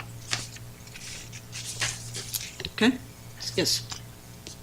Just on that point, Madam Mayor, I think Councilmember Nostrati's remarks are absolutely on point. The council establishes policy and priorities. It is my responsibility to say to you, you've prioritized A. That means there's going to be less B and less C. And that's not, absent more resources, and we try to find new ways to be efficient and mitigate a lot of those impacts. But at the end of the day, it's probably pretty close to a zero-sum game. And so it's exactly as he stated. More to the point, and again, consistent with his comments, we respond as an institution and staff to policy and direction from the institution of the council and the mayor. And when that's expressed in terms of a policy statement or a general direction set by a consensus of the council, that's the other decision point for us to make those changes. So we are prepared to follow the priorities when they are expressed, and with the understanding that we do A, there's more A means less of B and C, and we will explain what we've done, and there will never be an effort to stick it to anybody as far as, we will choose to do less of the things that have the biggest impact. It's really a matter of, we're going to come back to you in good faith and tell you this is what the impact is. Okay, so I think we have kind of a start here. I know that Becky's going to find some interns to help us get the message out, and that'll be very beneficial on so many levels. But for now, I think the strategic plan, you're good with that? Kind of sending it out to us and letting us, and then we'll get it on an agenda soon? Is the strategic plan something that I could work with staff on? And I kind of would ask, well, first of all, you've got one, right? I mean, you've got the outline. I have, I've read through all of the 10-year plan that the county's put together. I've read the Housing First as it relates to state and federal stuff. I've contextualized it within our people's understanding of how that relates. We've brought it forward in our housing committee meetings and discussed and understand how maybe our messaging as a city is somewhat different than what's going out there, because to Mr. Camara's point, he disagrees with Housing First because of an idea of no barriers not being effective. My strategy putting forward is a person-first approach that recognizes that every single house is not the same. You can't just put houses and assume there's going to be progress. That's potentially a recipe for disaster if you're putting the wrong people under the same roof. So it's that understanding of what is our population at that baseline. What is the homeless population? What are their needs? What are the specialized housing needs and service needs of that population? And that's why I talked about commissioning a report that would academically, with data, provide us that insight to let us make those strategic decisions. And then measuring how much better we are at getting the people off the streets into permanent supportive housing or housing of some sort, and maximizing their utilization of the services that are out there. And then lastly, this is the part that ties into our economic development, the quality of life, and the public safety, the thing that is the most important, measuring those areas as well. So everything we're doing that related to homelessness, how is that impacting the public safety side? Is there additional calls for service? Has there been a reduction of taxpayer funds being sent towards getting people into emergency services? Is there you can measure the feel of quality of life in a community too. Do people feel safer? These are all things that we can track, and that's that strategic vision. That's that holistic. How do we tie all of these things together? And I have the vision. I've got the notes. I've done my research, and I just want to be authorized by this council to be able to work with our staff and put that forward as a city. So when you would submit to us just what you think the strategic plan should look like, then each of us will kind of take it and look at it from a different standpoint, and then we will have a majority agree upon where we would go from there. And it may be that you have to do a little bit by little bit with statistician, things of that nature, right? So it's not going to be all that gets done at once, and it may not be everything exactly how you want it, or it may be all of it. What I would like to do is work with the person best capable within our staff to put forward an agreement that aligns with the staff direction for how Turlock, as Marion said, we don't have to recreate the wheel here. How Turlock, with everything that's already been done, is going to be executing their strategic vision. And if I could contribute, Madam Mayor, that is entirely a matter of support for policy development and decision-making by council. It's entirely within the appropriate role of staff. And I have my two questions will be, first, what is the expected timeline that, during which this will be accomplished?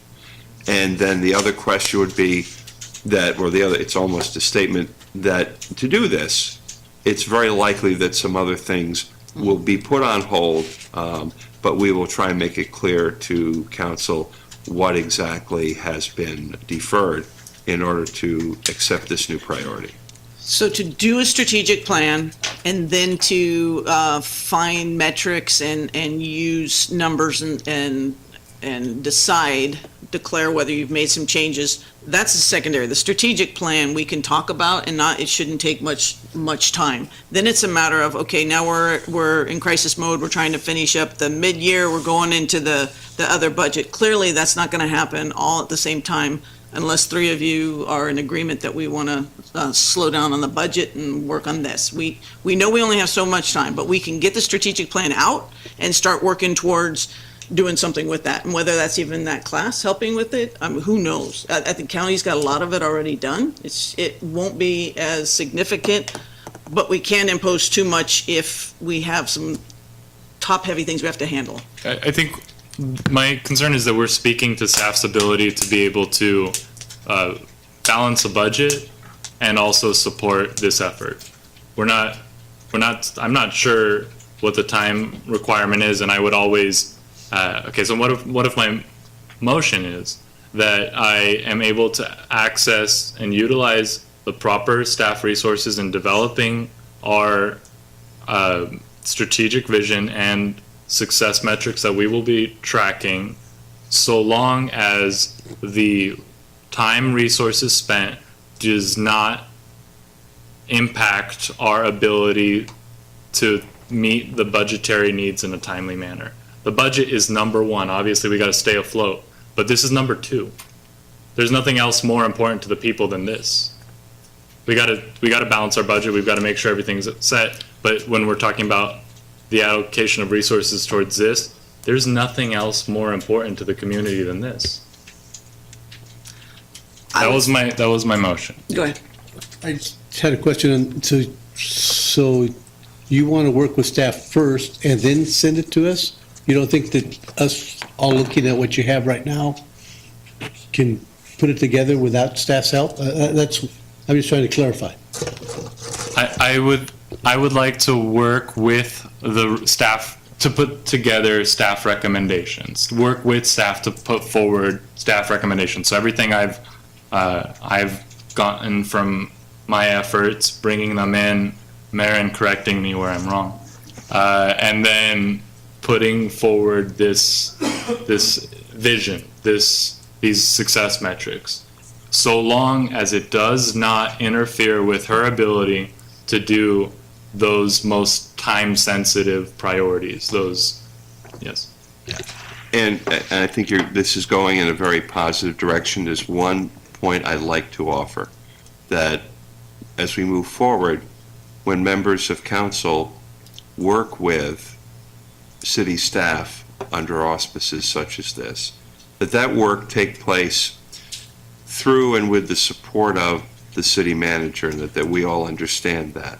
And it's not necessarily in a staff person, whether they are a department head or a line employee, it's not necessarily within their wheelhouse to say to somebody who is a member of council, I can't give you both of these things. That's my job. And so, and we will, keep you, to be.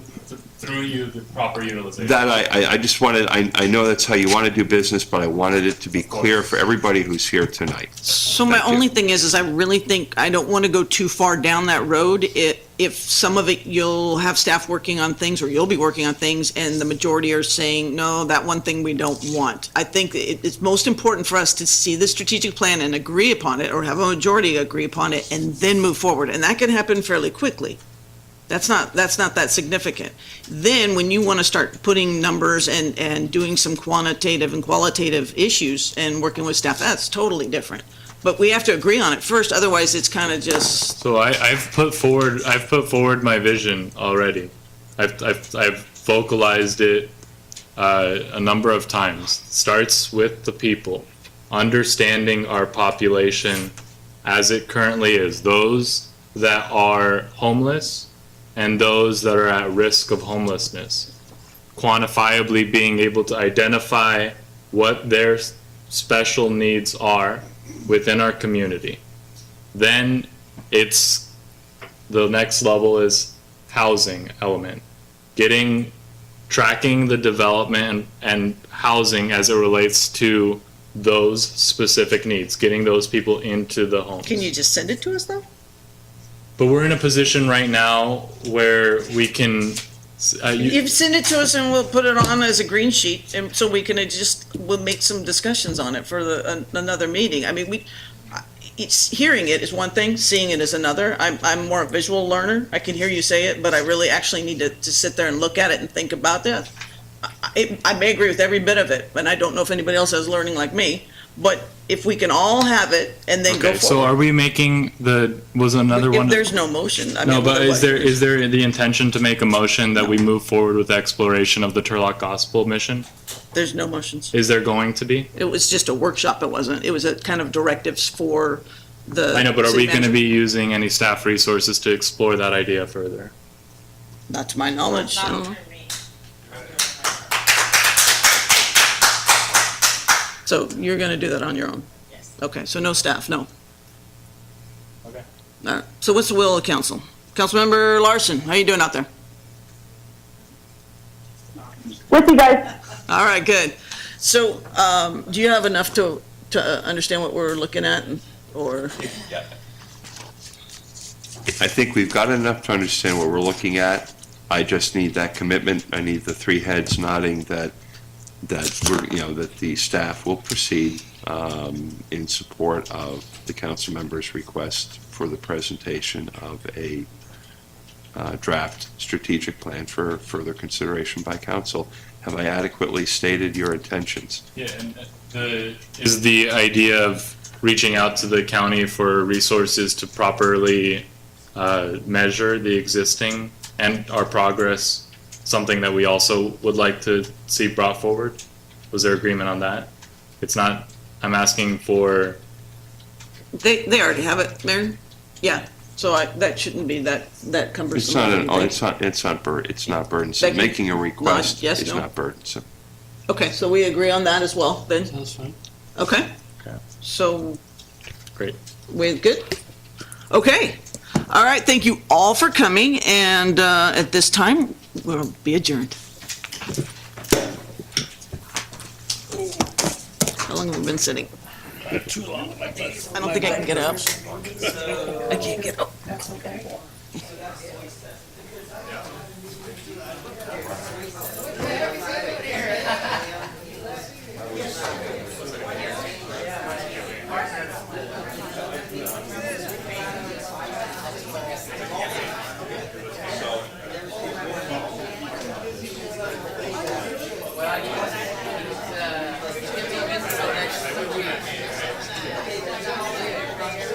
See you next week.